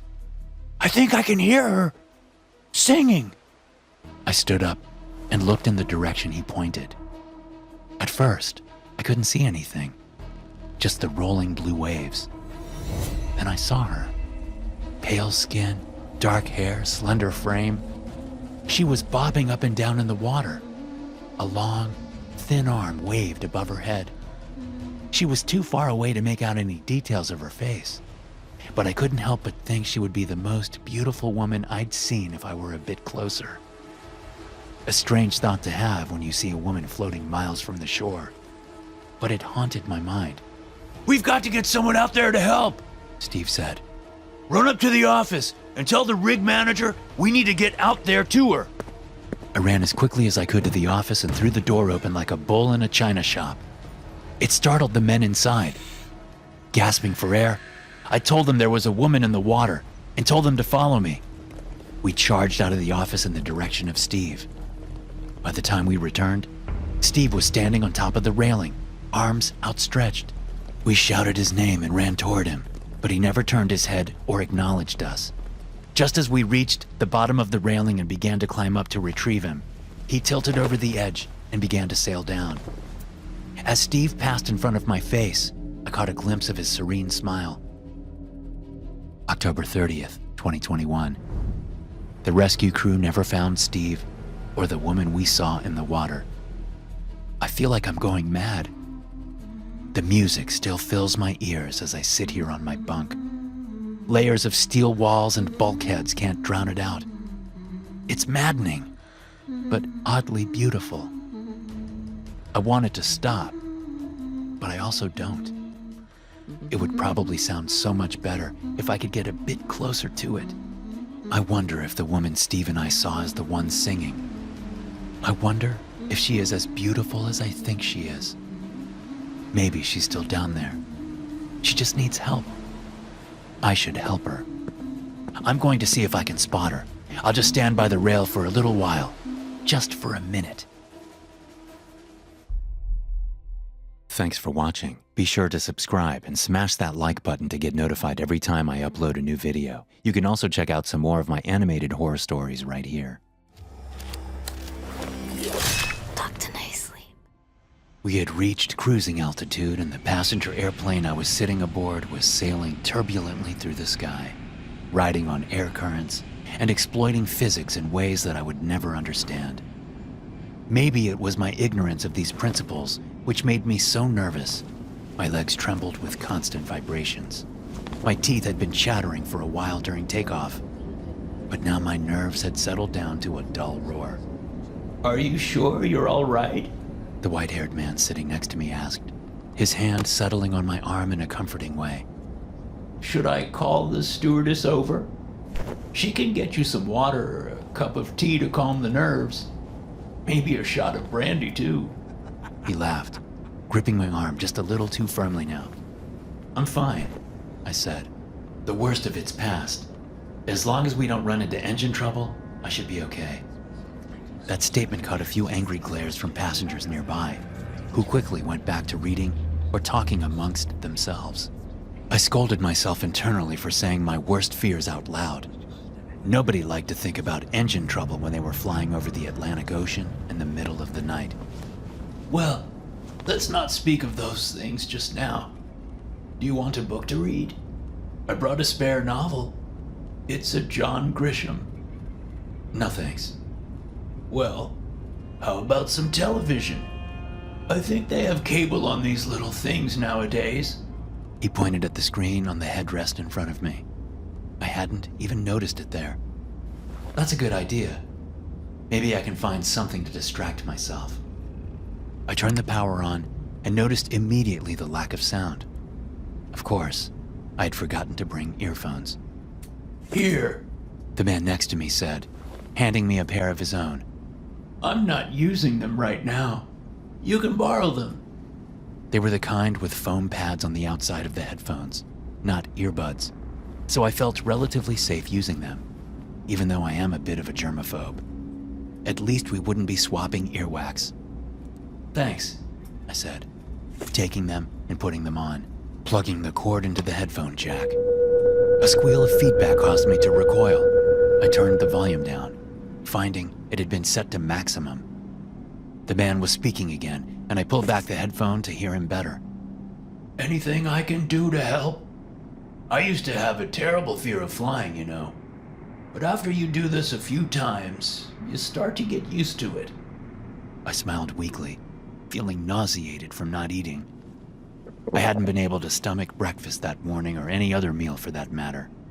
It had been over 24 hours since I'd eaten or slept due to my nerves about flying. Putting the earphones back on, I began to flip through the channels on the little television set in front of me.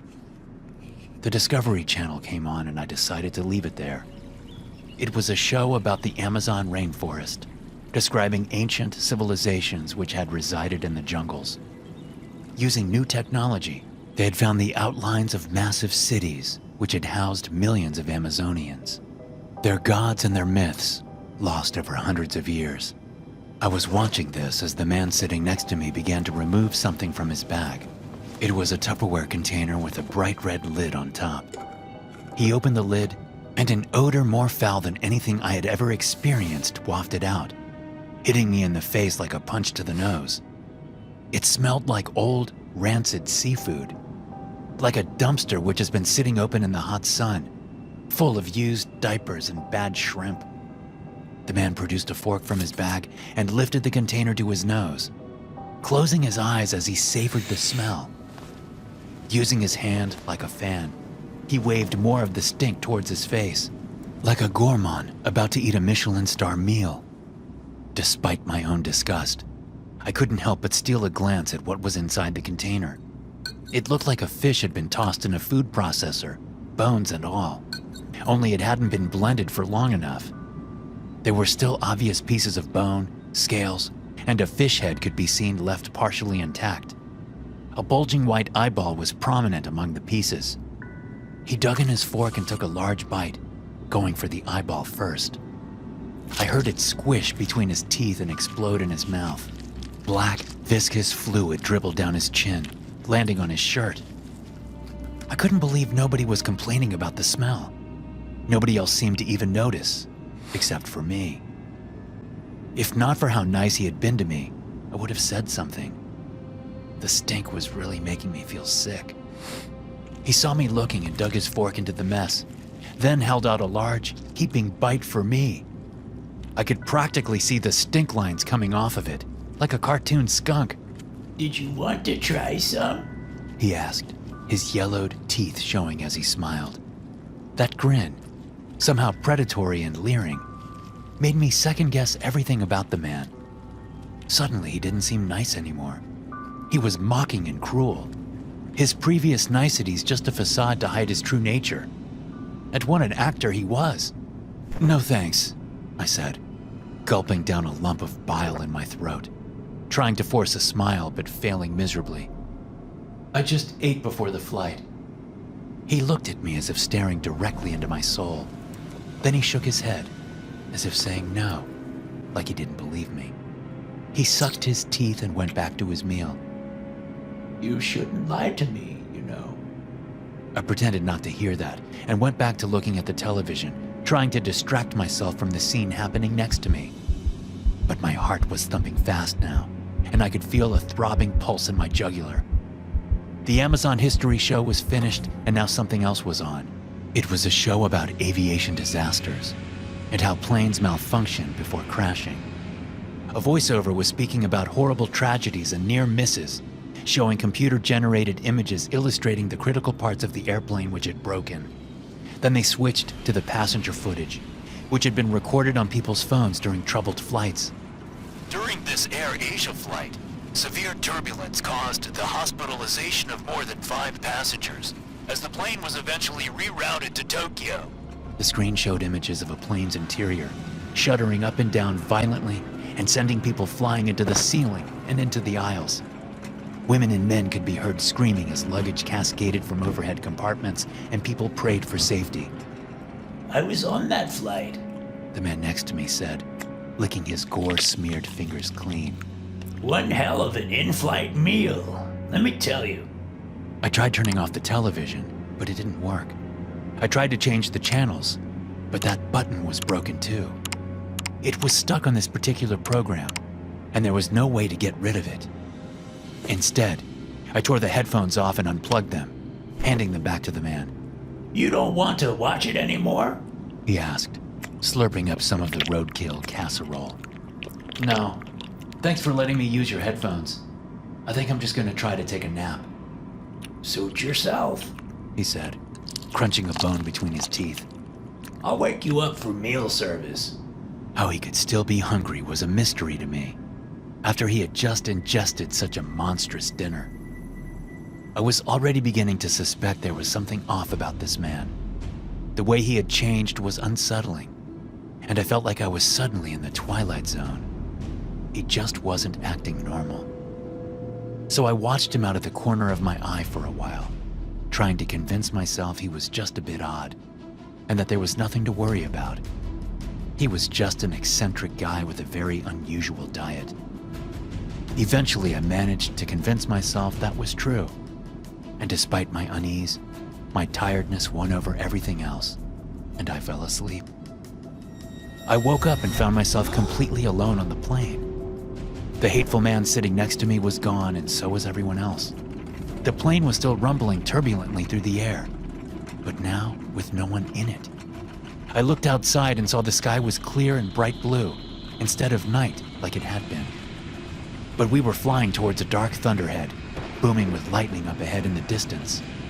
The storm front looked to be 10 miles high and 1,000 miles wide, a swirling, dark mass of angry weather, a category f***ed hurricane that could take out a city without warning. I stood up and looked around the plane, still not understanding how it could be empty. Where had everyone gone?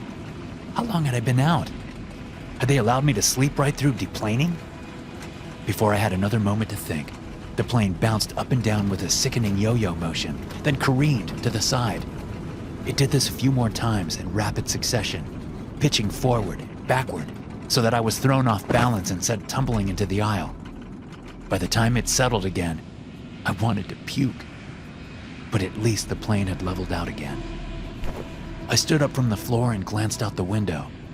I saw we had just passed into the massive thunderhead, and the inside of the plane was suddenly pitch black.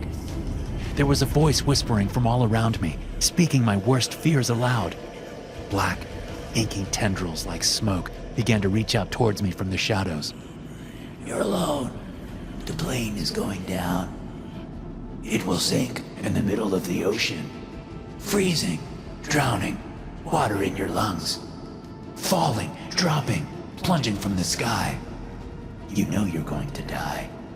I stumbled forward down the aisle, moving towards the cockpit. They needed to turn this plane around. How did they not see it? The interior panels of the plane on both sides suddenly made loud, grinding noises, as if the craft were beginning to break apart at the seams. The walls bent inwards, exposing the insulation, and a sound like a pop can slowly being crushed could be heard from all around me. Thunder crashed loudly outside and the panels pulled apart further, until I could hear the howling wind and rain and saw it blowing into the cabin. Lightning flashed, and I could see it through a gap in the side of the plane, which grew even wider before my eyes. It's going down! I yelled, stumbling forward. We're gonna crash! The plane dipped and climbed upwards in a sickening way as we hit another pocket of turbulence. My heart was in my throat, my stomach doing backflips as I lurched down the aisle holding onto the backs of chairs for support. Finally, I managed to reach the door of the cockpit. There were no flight attendants or passengers that I could see, but there had to be someone flying this plane. I began to hammer on the door, screaming at them to let me in. It's going down! I screamed again and again. I heard laughter coming from the darkness all around me as I yelled at the captain hiding behind a steel door. Once again, I found myself on the floor, being tossed around in the turbulence as we hit another rough patch. I put my hands over my head and tried to cover my face as the plane's fuselage began to come apart and the wings began to break free from the body. Looking up, I saw the door to the cockpit was now open, and there was no one sitting inside. The pilot and co-pilot seats were empty. I staggered to my feet to right the controls. Right at that moment, the plane began to plummet from the sky. It went into a nosedive, and I was once again thrown backwards into the aisle, this time by the force of multiple G's. I was screaming when I opened my eyes and found myself staring up at the faces of dozens of anxious passengers all around me. The flight attendants looked less anxious and more upset, as I had just ruined their quiet flight with what probably appeared to be a total nervous breakdown. To the other passengers, it had appeared that I was sleeping, then collapsed into the aisle screaming about the plane crashing. I would have believed it if it was just a nightmare too, if not for the bruises I would find all over myself. Bruises left from my time being tossed around by the turbulence on the plane. Several concerned passengers and crew ushered me back to my seat, where I was momentarily left alone again with the old man and his yellow teeth and horrible appetite. You made quite a scene back there, he said, picking his teeth with a toothpick. It was so real, I muttered. How did it feel so real? He didn't answer. Instead, he began to speak about another topic. Do you know what's funny about fear? He asked. The question was hypothetical. so I just looked at him and waited for his answer. The funny thing about fear, at least when it comes to you humans, is that it doesn't work well if it gets dumped on you all at once. You need to get scared, then feel like everything is okay. Then you can get scared again even more. But you start to feel desensitized to it if it comes at you nonstop. That's why horror movies have highs and lows. Moments of build-up and tension before the jump scare. The man's belly was swollen, and one of his shirt buttons popped off, flying into the seat in front of him and clicking loudly off the television screen embedded there. He looked full, fat, happy, and satisfied for the first time since I'd met him, as if he'd just eaten a huge meal. Gears were turning in my mind as I looked into his glossy black eyes and began to understand who he was, or at least what his motivations were.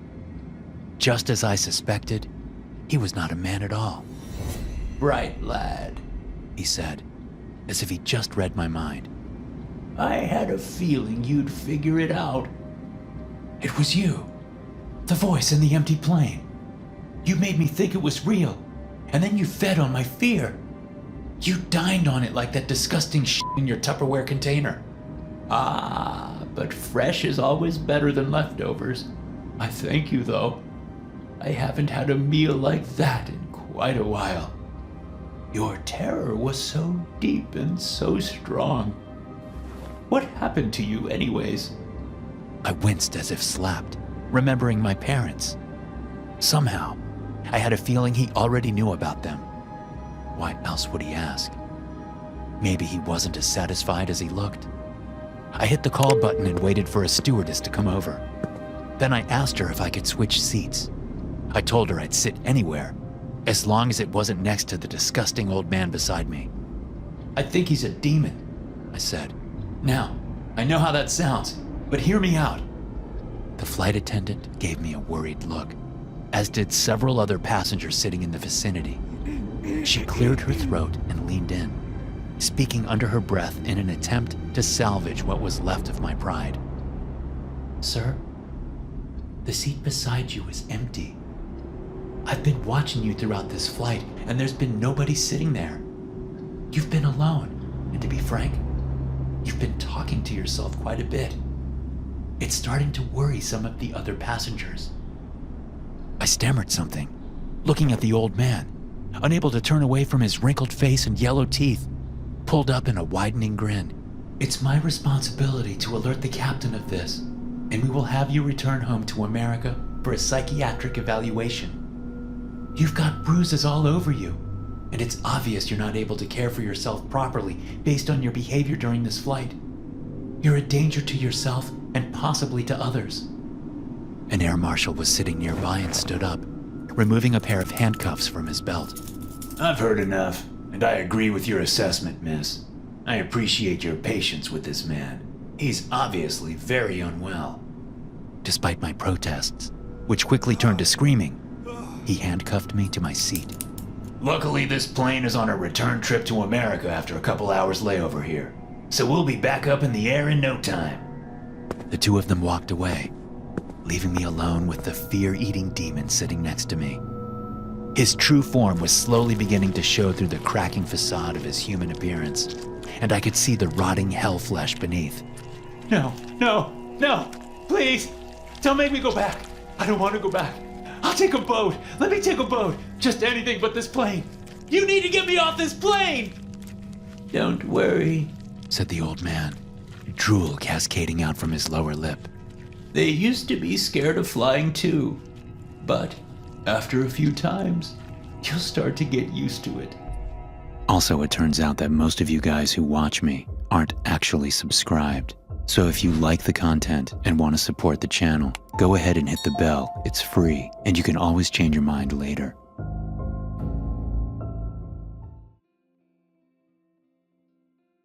Have you ever heard of Fata Morgana? It's an optical illusion similar to a desert mirage. The most common form of it is seen on the surface of the ocean. During the illusion, it seems as if boats are hovering a few yards above the water. But there's another version of Fata Morgana which is much more rare. If you do a quick internet search for Fata Morgana cities, you'll find some very surreal images. Cities which seem to float high above us, perched precariously on the clouds, like a modern Mount Olympus. The pictures look fake, but they are verified to be real. There's even video footage of these events. When people saw this illusion in China and in other places, they gasped and whispered fearfully amongst themselves. Some even fainted or fell to their knees and prayed, thinking the end of the world was upon them, that these were the angels of heaven and the cities of God coming to announce the end of days. But as always, those pesky scientists were there to scoff and say, No, that isn't real. It's just an optical illusion. Fata Morgana, they called it. That was the official explanation for the cities in the sky which disappeared just as quickly as they arrived. But those scientists didn't see it up close like we did. There's a whole plane full of people who will tell you the cities in the sky are real. They're no illusion. I was on a trip to Asia when this all happened. We were flying over Yangshi when suddenly something appeared in the clouds before our eyes. If not for the fact that I was looking out the window at that exact moment, I wouldn't have seen it. But as it happens, I was wide awake and admiring the view when the city appeared. The buildings resting on the clouds were dark and shimmering, almost exact replicas of the city far down below. Except we shouldn't have been able to see them from where we were. The optical illusion of Fata Morgana can't be viewed from within the image itself. It should have been impossible for us to see what we were seeing. But I wasn't alone. We all saw it. When I looked around the cabin of the airplane, I saw dozens of other passengers staring and pointing at the city in the sky as we flew through its mysterious borders, entering the surreal space that shouldn't exist. And then people began to scream. The airplane suddenly tilted half sideways as the pilot steered quickly to avoid something. I imagined a building shimmering and materializing in front of the airplane at the last second, like a mountain coming into focus during a snowstorm. Everyone on the packed airplane began to scream after that, as overhead luggage broke free from the compartments and began to rain down, injuring several passengers. A woman who had been sitting across the aisle from me fell down onto the floor, and I tried to help her up, but then the plane's axis tilted again, and I was thrown hard into the window. I turned around and was startled to see a hairline crack forming across it. But something even more terrifying caught my eye as I stared at the glass. Outside, there were creatures flying in the air. They looked like pterodactyls soaring between the massive black buildings. One of them landed on the wing, causing the craft to tilt and veer off course again. People screamed and shouted as they were thrown from their seats, and luggage came crashing out of the overhead compartments once again, emptying them of whatever was left inside. The creature on the wing of the plane began to skitter crawl towards my window, and I saw that its eyes were hollow black sockets. Its maw was like a giant beak made of shadow, full of liquid black teeth. It scrambled rapidly across the wing, heading in my direction, and I could have sworn it was looking straight at me with its dead, empty eyes. That broke me out of my silent terror, and I started screaming and pointed at the window as other passengers turned to look. Soon there was a small crowd forming around my seat, staring out at the horrible thing on the wing as it approached the window and began to scratch and claw and bash its face against the glass. I had never seen anything so desperate and insane, as if it had no purpose except to attack and to maim. A few seconds later, there were more of them, fighting with each other as they tried to get in. I saw they had long tails with triangle-shaped points at the end, like demons sent from hell. Or, I realized, maybe that's where we were. Had we died in a fiery explosion without any of us realizing it? Was this just a grim, horrible afterlife, which we were now destined to reside within for eternity? No, I refused to believe it. I refused to give myself to this place. I shook off that horrible idea and glanced back out the window, hoping it had changed and we were back on Earth again, in the real world. But no. The shimmering black buildings outside were so close now that I felt like I could see inside of them, if not for the fact that they were opaque. Whatever was inside was not meant to be seen by us, and I realized that was probably for the best. If these creatures were the birds of this hellish mirror world, I was scared to see what their people might look like. I began to suspect we had crossed over into an alternate dimension somehow, and I wasn't sure if we would ever be able to escape. Was this what happened to mysterious planes that went missing in the skies, over the Bermuda Triangle and in a handful of other places? I had heard of those events, but like everyone else, I just assumed they were planes with mechanical failures, or drunk and irresponsible pilots sleeping at the wheel. Turbulence and stormy weather, birds sucked into the engines, or hurricanes with hail the size of golf balls. There were 1,000 potential reasons for a plane to go down. Who would have thought that alternate dimensions could be responsible? I was snapped from my thoughts as the glass shattered and the plane lost cabin pressure. Alarms were suddenly blaring and the lights were flickering in the cabin as oxygen masks fell from the ceiling. People grabbed for them desperately as the creature began to squeeze its way into the plane through the window. Like a cat going through a chain-link fence, it sucked in its gut and its wings flattened down as it began to claw and scratch its way inside. Meanwhile, I was still desperately trying to snag one of the available oxygen masks. Since most people had been thrown from their seats, myself included, that was no easy task. The wind was rushing and whipping throughout the cabin, making it difficult to do much of anything. I scrambled over a nearby seat and reached for one available mask just as an older man was about to take it for himself. I left it for him without a second thought. The other ones nearby were also being used, I saw, and began to panic. Looking around desperately, the air becoming too thin to breathe, I finally spotted a handful of unused oxygen masks near the front of the economy section. I was halfway towards the back of the plane, and there were people in the aisles blocking my path, but I knew that I had to get up there. Like a game of musical chairs, there were only so many oxygen masks to go around on this packed flight, and I was seriously at risk of being the only one left standing when the music stopped. Lurching forward, I stumbled over injured people laying in the aisles. I looked back to see the creature was inside the plane now, and for some reason, it had its dead eyes fixed on me. It raced towards me, its horrible limbs leaving black, inky stains on the seats as it raked them with its claws. The world was spinning, and I was getting a terrible headache as my breathing quickened. My lungs were desperate for air. I fell over, unable to keep my balance, and began to crawl towards the front of the plane, my vision fading in and out. At one point, I must have blacked out, because I woke up to the thing on top of me, snapping its liquid black jaws just inches from my face. Screaming, I reached up to push it away, only to find that my hands sunk into the thing like molasses. It was tenacious and sticky, binding to my skin, refusing to let go. Die, you hellspawn! A man's muffled voice yelled, and I looked up to see a guy wearing an oxygen mask, holding a heavy-looking piece of luggage over his head with both hands. He threw it at the creature, and I recoiled, worried that it would crash right through the oily black creature and would land right on me. The heavy suitcase did just what I expected and slammed into the thing, splashing it in every direction like a water balloon being destroyed by a sledgehammer. The luggage landed on my gut, knocking the wind out of me and fracturing 3 ribs in the process. But luckily for us, it took care of the creature. I was still covered in its sticky black goo, but at least it wasn't about to eat me anymore. And for that, I was grateful. I stood up on shaking legs to thank the man for saving me, then doubled over in pain.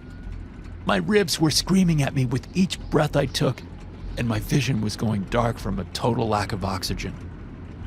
The contents of the plane were still whipping around in the air of the cabin as the alarms sounded, and I heard the captain saying something about an emergency landing.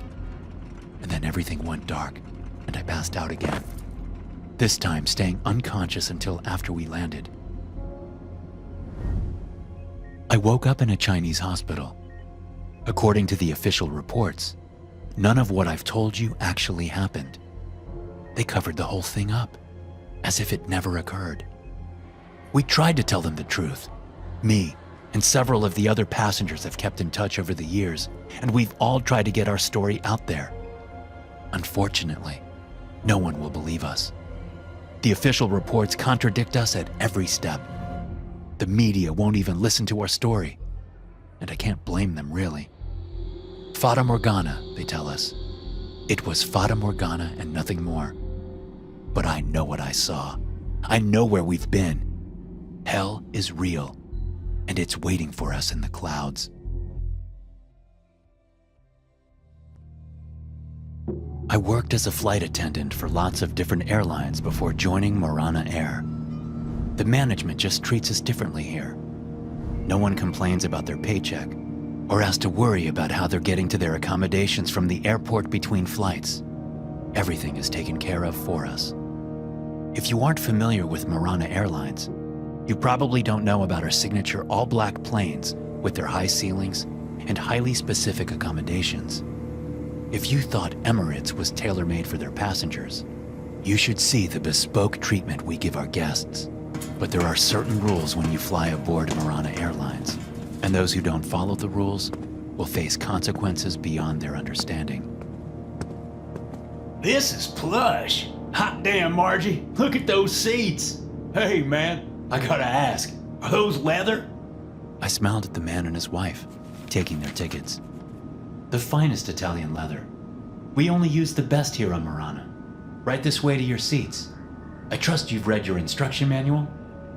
The man cleared his throat from behind me as I walked them to their seats. Yeah. What's that all about anyways? Is that some kind of joke?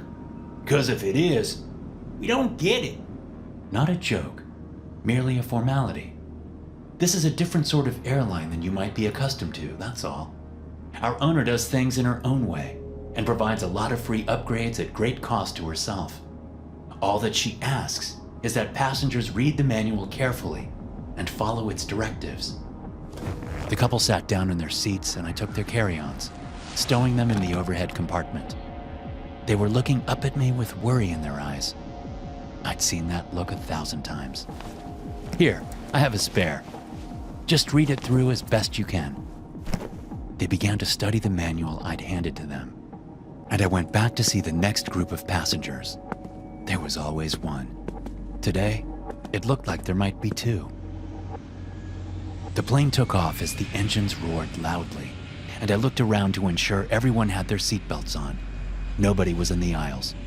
So far, so good. Once we were at cruising altitude, I began with drink service. Making my way down the aisle, I finally got to the couple. They were smiling, looking at me sheepishly. We get it, the woman said. Very funny. My face remained blank. I knew these two were going to be a problem. I had to read it 3 times, the man said, grinning. You really had me going. Man, the big corporations these days are really getting clever with their marketing. I've seen Wendy's Twitter account. This is like that, right? Viral marketing? Well, you got me. I tweeted this thing out and it's already got a bunch of likes and comments. People think it's hilarious. I tried not to show any reaction to what he'd just said. Can I see the pictures you shared? He showed me, smiling. Did you read number 12 in the manual? I asked. His smile faltered for a second, and he began to read it again. Don't share pictures of your flight on social media or with anyone who was not on the flight with you. But it's just a joke, right? The woman asked.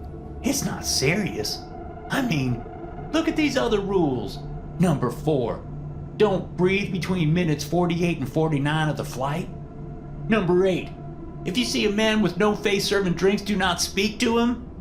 I didn't laugh, and neither did any of the nearby passengers. They were looking coldly at the couple, waiting to see what would happen. There was always at least one. Somebody always had to break the rules. Are you able to delete that post from social media? I asked. That part of it was actually real. Oh, yeah. I guess I can. Sure, no problem. He pulled up the tweet and tapped a couple times on the screen. There, it's gone. No harm, no foul. The captain's voice suddenly came on the overhead PA. Oh, Mr. Thompson.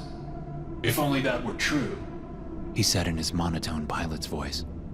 Unfortunately, you have violated the rules of Marana Airlines, and as such, you are subject to its punishments.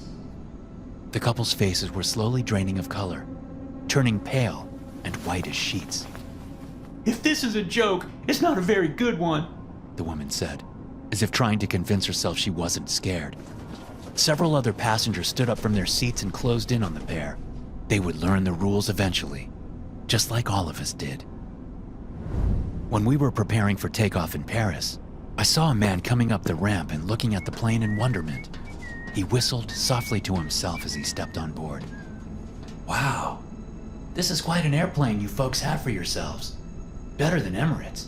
That's what the guy at the counter told me anyways. Is that true? You guys got them hot towels you can put on your face? Mr. Thompson came over and took the man gently by the arm, leading him towards his seat. I could tell from the moment I met him, he would make a fine flight attendant. Oh, we certainly do have those hot towels you put on your face. They come out piping hot and steamy from the oven, and we bring them straight over to you after meal service. I can't get one now, can I? Mr. Thompson shot me a glance. I shook my head. His wife, Margie, was standing next to me, watching her husband. It's him then? Yes, I told her. There's always at least one. Sometimes 2 or 3 at the most. But we always get a new passenger with each flight. And they never follow the rules? I shook my head sadly, as her husband tried to explain to the man why he couldn't have his hot towel right now, and he bickered about why he should be able to. Have you read the instruction manual? Here, I have a spare copy. This is vital information. Vital. Read it through very carefully. Mrs. Thompson had to ask the question. I knew she would, since they always did. How can we keep getting new passengers? This plane is big, but not that big. I pulled back the curtain beside us, which revealed the forward part of the plane. Rows and rows of seats extended on and on, going forever into the distance. It was like looking into a mirror which was positioned in front of another mirror. The seats never ended, just getting smaller and smaller as they faded off into the distance and passengers became the size of ants. Welcome to first class, I said. You work hard enough. One day you might get to sit up there. Thanks for watching. Be sure to subscribe and smash that like button to get notified every time I upload a new video. You can also check out some more of my animated horror stories right here. Dr. Nicely. The old house was dark and quiet when I pulled up out front. The glowing red Luigi's Pizza sign on top of my car was the only light in the area, aside from a few flickering blue street lamps, mingling to cast the road in an eerie flashing crimson and purple glow. This section of town was ancient, full of century-old houses, and this place was no exception. It looked like it had been built before World War II, with shutters on the windows and a porch with broad columns out front. I pulled over to the side of the road, parking up against the curb, rather than using the driveway. My box car leaked oil, and I'd gotten in trouble once after leaving a small black puddle of crude in some rich guy's parking space. Whoever lived in this place looked wealthy, and I didn't want to piss them off. When you're a delivery driver like me, you'll do anything to improve your chances of a proper tip. Some nights those are few and far between. When I rang the doorbell, a voice answered through the intercom, sounding like an elderly British gentleman. Hello? The voice said. Hey, Luigi's Pizza. I've got your pie. No sauce, half beef. Oh, perfect. The man replied. I'm not able to come down right now. I live on the 2nd floor. Would you be able to bring it up to my apartment? I would really appreciate it. Sure, I said, smiling a little. Appreciated was code for money in my line of work.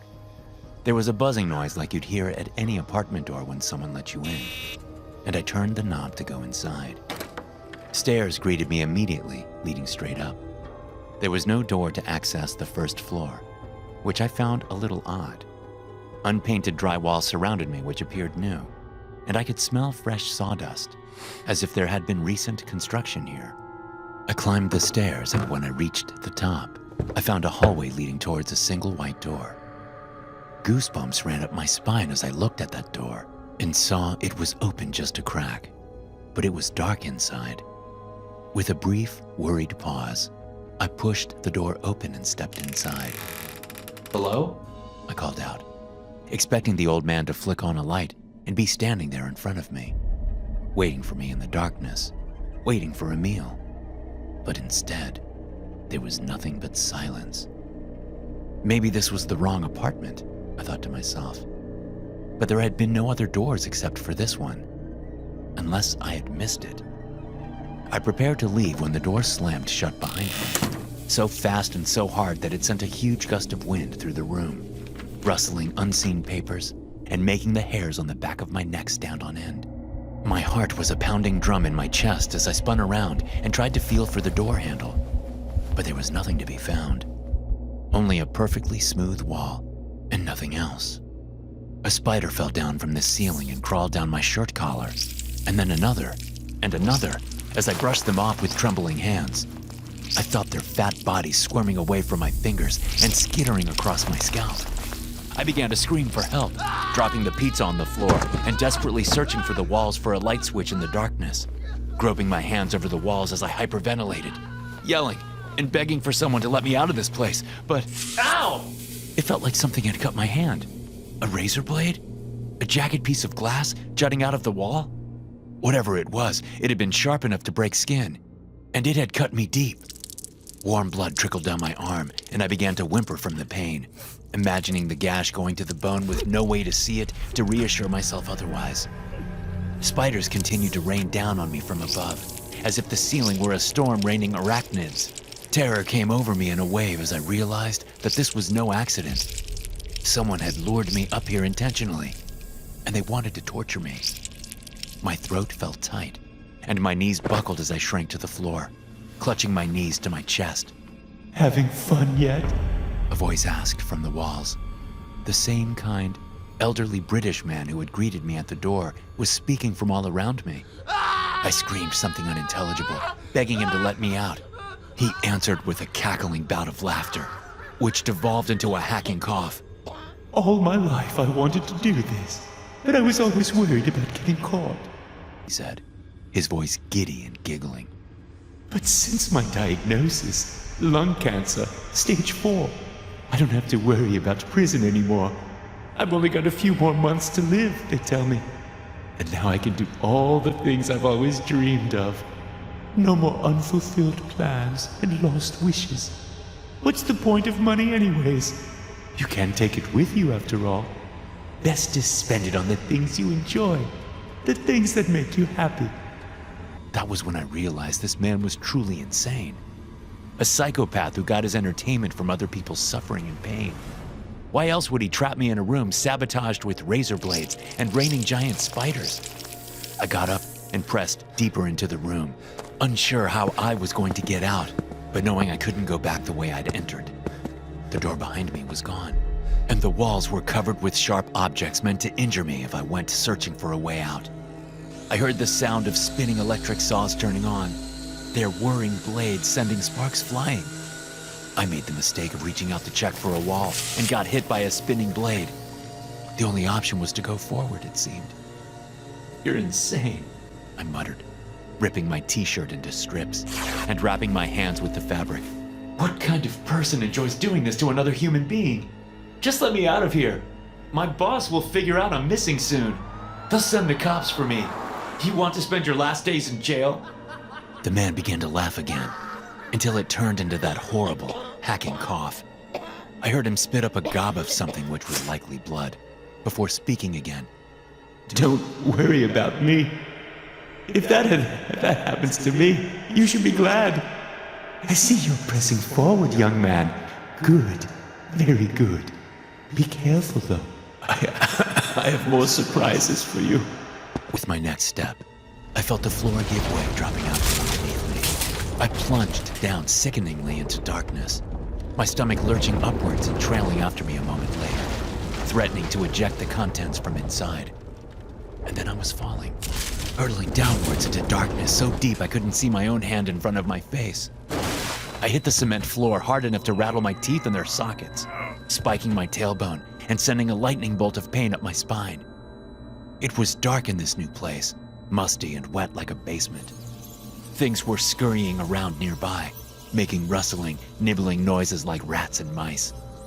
Before I could open my mouth to scream for help, I heard someone else do just that. Please! Let me out of here, you maniac! I have a family! "Hello?" I began to say, but another voice cut me off. Help! Help!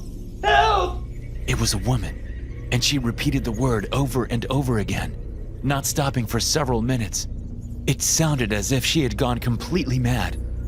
I just got here. I managed to say when she was done. How long have you all been down here for? Several dozen voices began to answer, their responses horrifying me. They were all behind walls, as if this were a dungeon or a maze, a dark labyrinth of horrors. A month. Said one trembling old man's voice. A week. Said the small, timid voice of a young girl. And then finally, a woman spoke, the one who had been yelling help over and over again. I'm his wife, she said, then broke into a titter of insane laughter. I've been down here for 3 years, and you're all gonna die down here.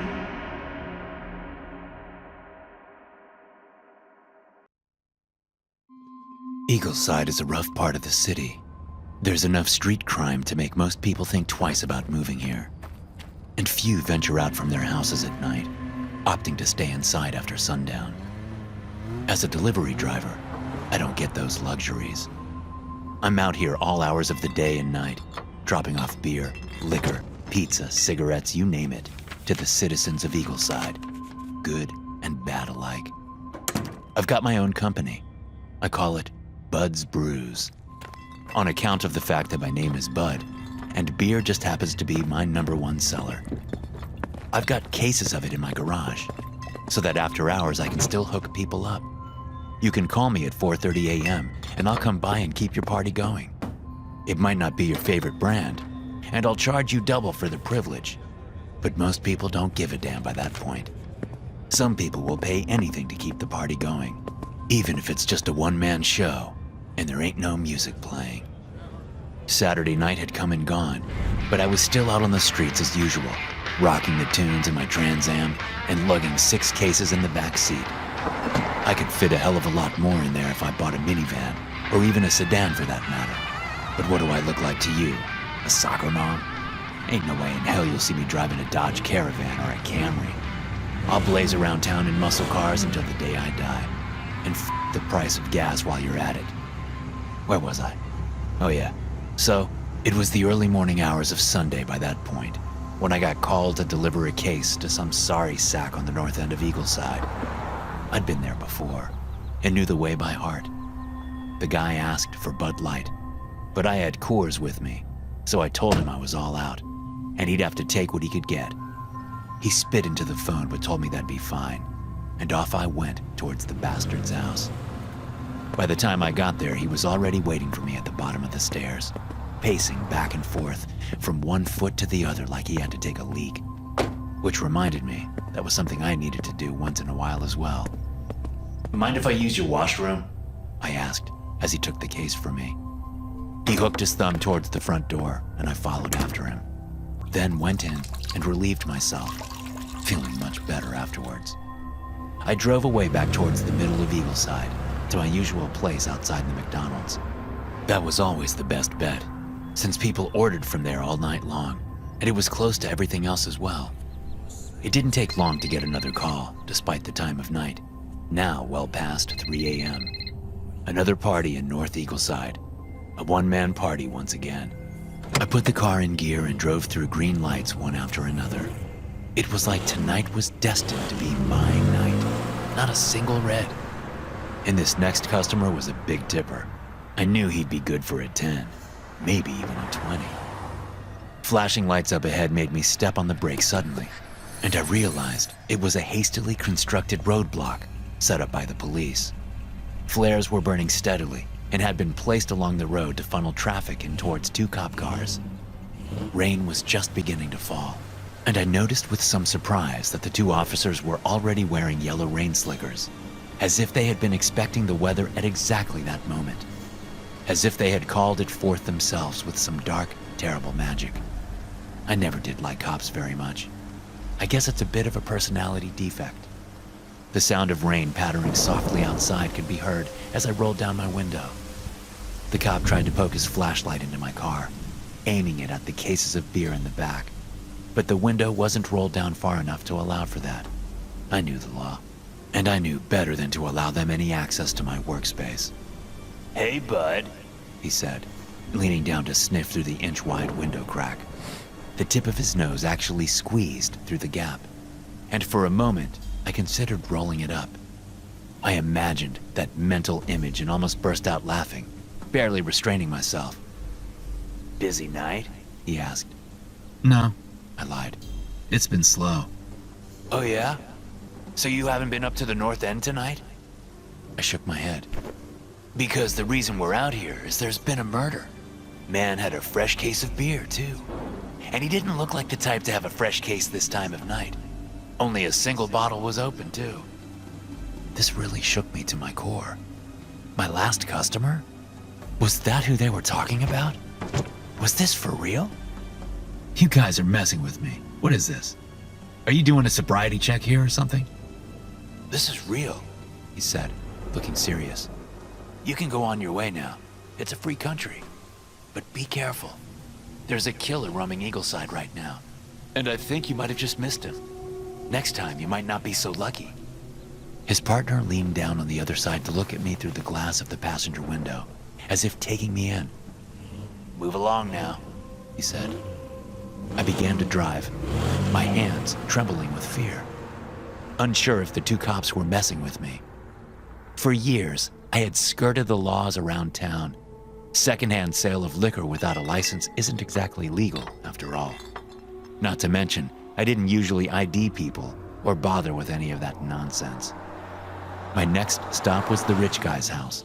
At least, rich by Eagleside standards.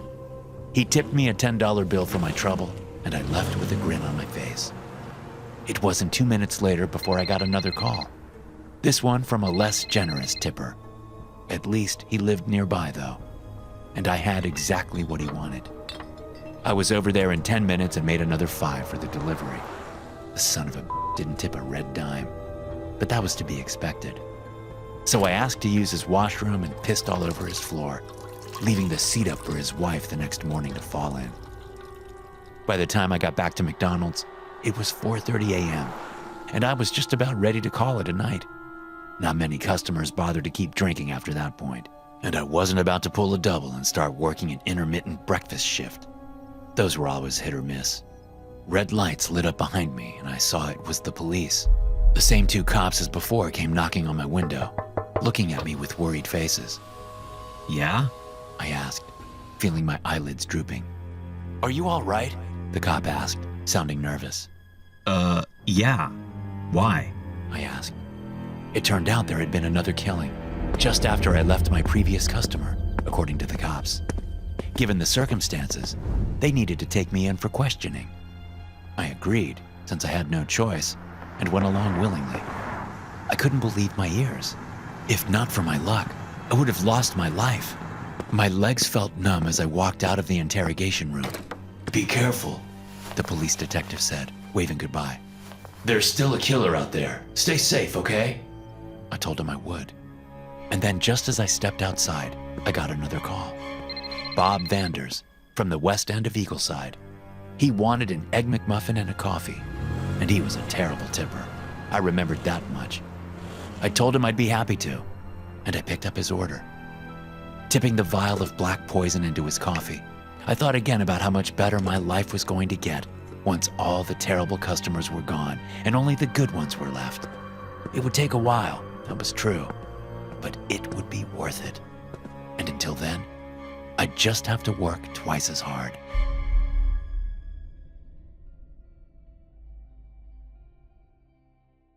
I didn't want to be a delivery man. Nobody chooses this life for themselves. Nobody grows up with the dream planted in their mind that they want to be the world's fastest pizza guy one day.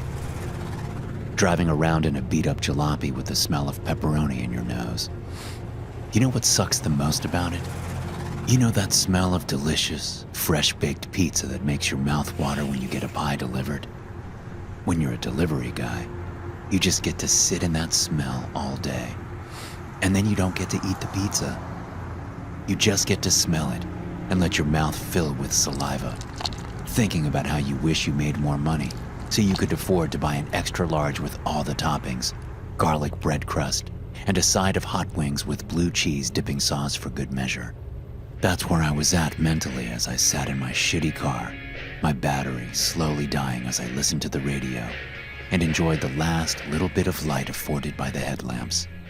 Tow truck's gonna be here soon, I kept telling myself, smelling the pizza in the back seat. Any minute, the tow truck is gonna be here.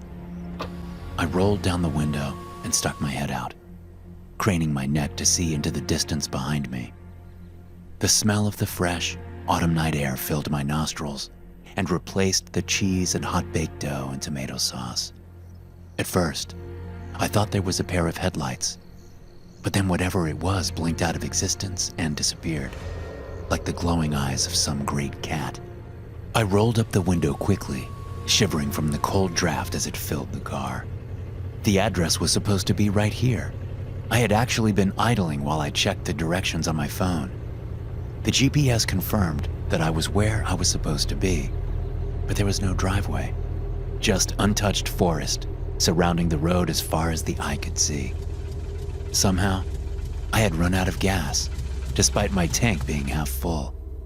When I checked the time, it was as if I had been daydreaming for hours, like I had been in a trance while looking for the address on my phone. The sun had gone down at some point, and it was well past 11 at night, the moon overhead glowing an eerie pumpkin orange. That was when I had called the tow truck, but it seemed as if they weren't coming. Confused and bewildered, I got out of the car and looked around, wondering if they had gotten lost.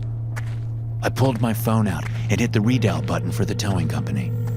But this time, all I got was static, as if whoever had picked up the phone was in a different dimension, separated from me by a wall of entropy.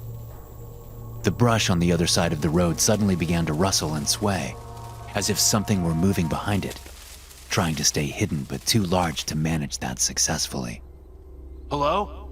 I called out, hearing the quiver in my own voice and wishing I sounded braver, wishing I were braver. Who's there? Another sound came from behind me, and I spun around to get back in the car, terrified of whatever was stalking me so far out in the middle of this night black forest. But the car door slammed shut as I bumped into it with my wide hips. Too many hours of sitting and not enough sit-ups. Too many undeliverable pizzas eaten in parking lots for half price. Too many years of not taking care of myself taunted me as I grabbed the door handle and tried to pull it open, but found it locked. The keys still inside, jammed into the ignition slot, mocking me. The rustling sound came again, and this time it was from behind another tree, and another. Movements were heard on all sides as my eyes darted back and forth from place to place, seeing huge, hulking shadows hiding behind the trees all around. Who's there? I nearly shrieked, my voice high and breaking. Stay back! I've got a gun! I didn't have anything of the sort, but it was the only thing which came to mind that could potentially ward off threats of such size and terrifying proportions. A shadow began to emerge from behind one of the trees, and another came from behind me. I heard their huge, lumbering footsteps coming closer, as their features became discernible in the waning light of the moon. Their faces were obscured by the shadows of tree limbs and broken boughs above us, the half-bare branches shedding leaves like dead tissue, falling all around. The warmth of one creature's hot breath was in my face as I stood, petrified, nowhere to run. My back was pressed up against the cold steel of the car, the window glass squeaking against my skin as I trembled with fear. Sharp, long, hooked and pointed teeth grated together as gray lips pulled back into a grin. A mouth as wide as a windshield opened up as if to devour me, its pointed tongue salivating and dripping. And then it surprised me by speaking, its voice a rumbling baritone, deep enough to shake my teeth in their sockets. Are you from Domino's? It asked, spraying me with fine droplets of spittle. The acid burn of them sizzled on my cheeks. I ordered 8 large pizzas to this address.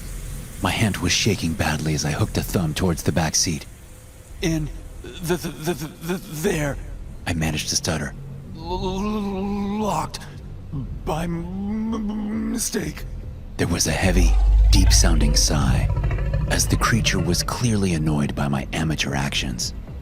But instead of eating me as an alternative, he smashed the window with his claw and reached inside, removing the boxes. A bit cold. The thing said, sounding irritated. You look to be warm-blooded, though. Your blood might make for an interesting marinara. A screeching roar came from the woods, and the creature huffed and let out a sigh. Yes, Mother. I suppose we should leave him alive. Otherwise, who will deliver way out here? He began to stalk back into the darkness of the forest, leaving me behind in my soiled and warm, wet pants. It is so hard to find good help these days. You really must bring back that 30-minute guarantee. We used to get so much free pizza in this dimension. What dimension? I called after the thing, looking around with confusion at the forest of trees whose branches now whipped and coiled like angry snakes. How the hell was I going to get home?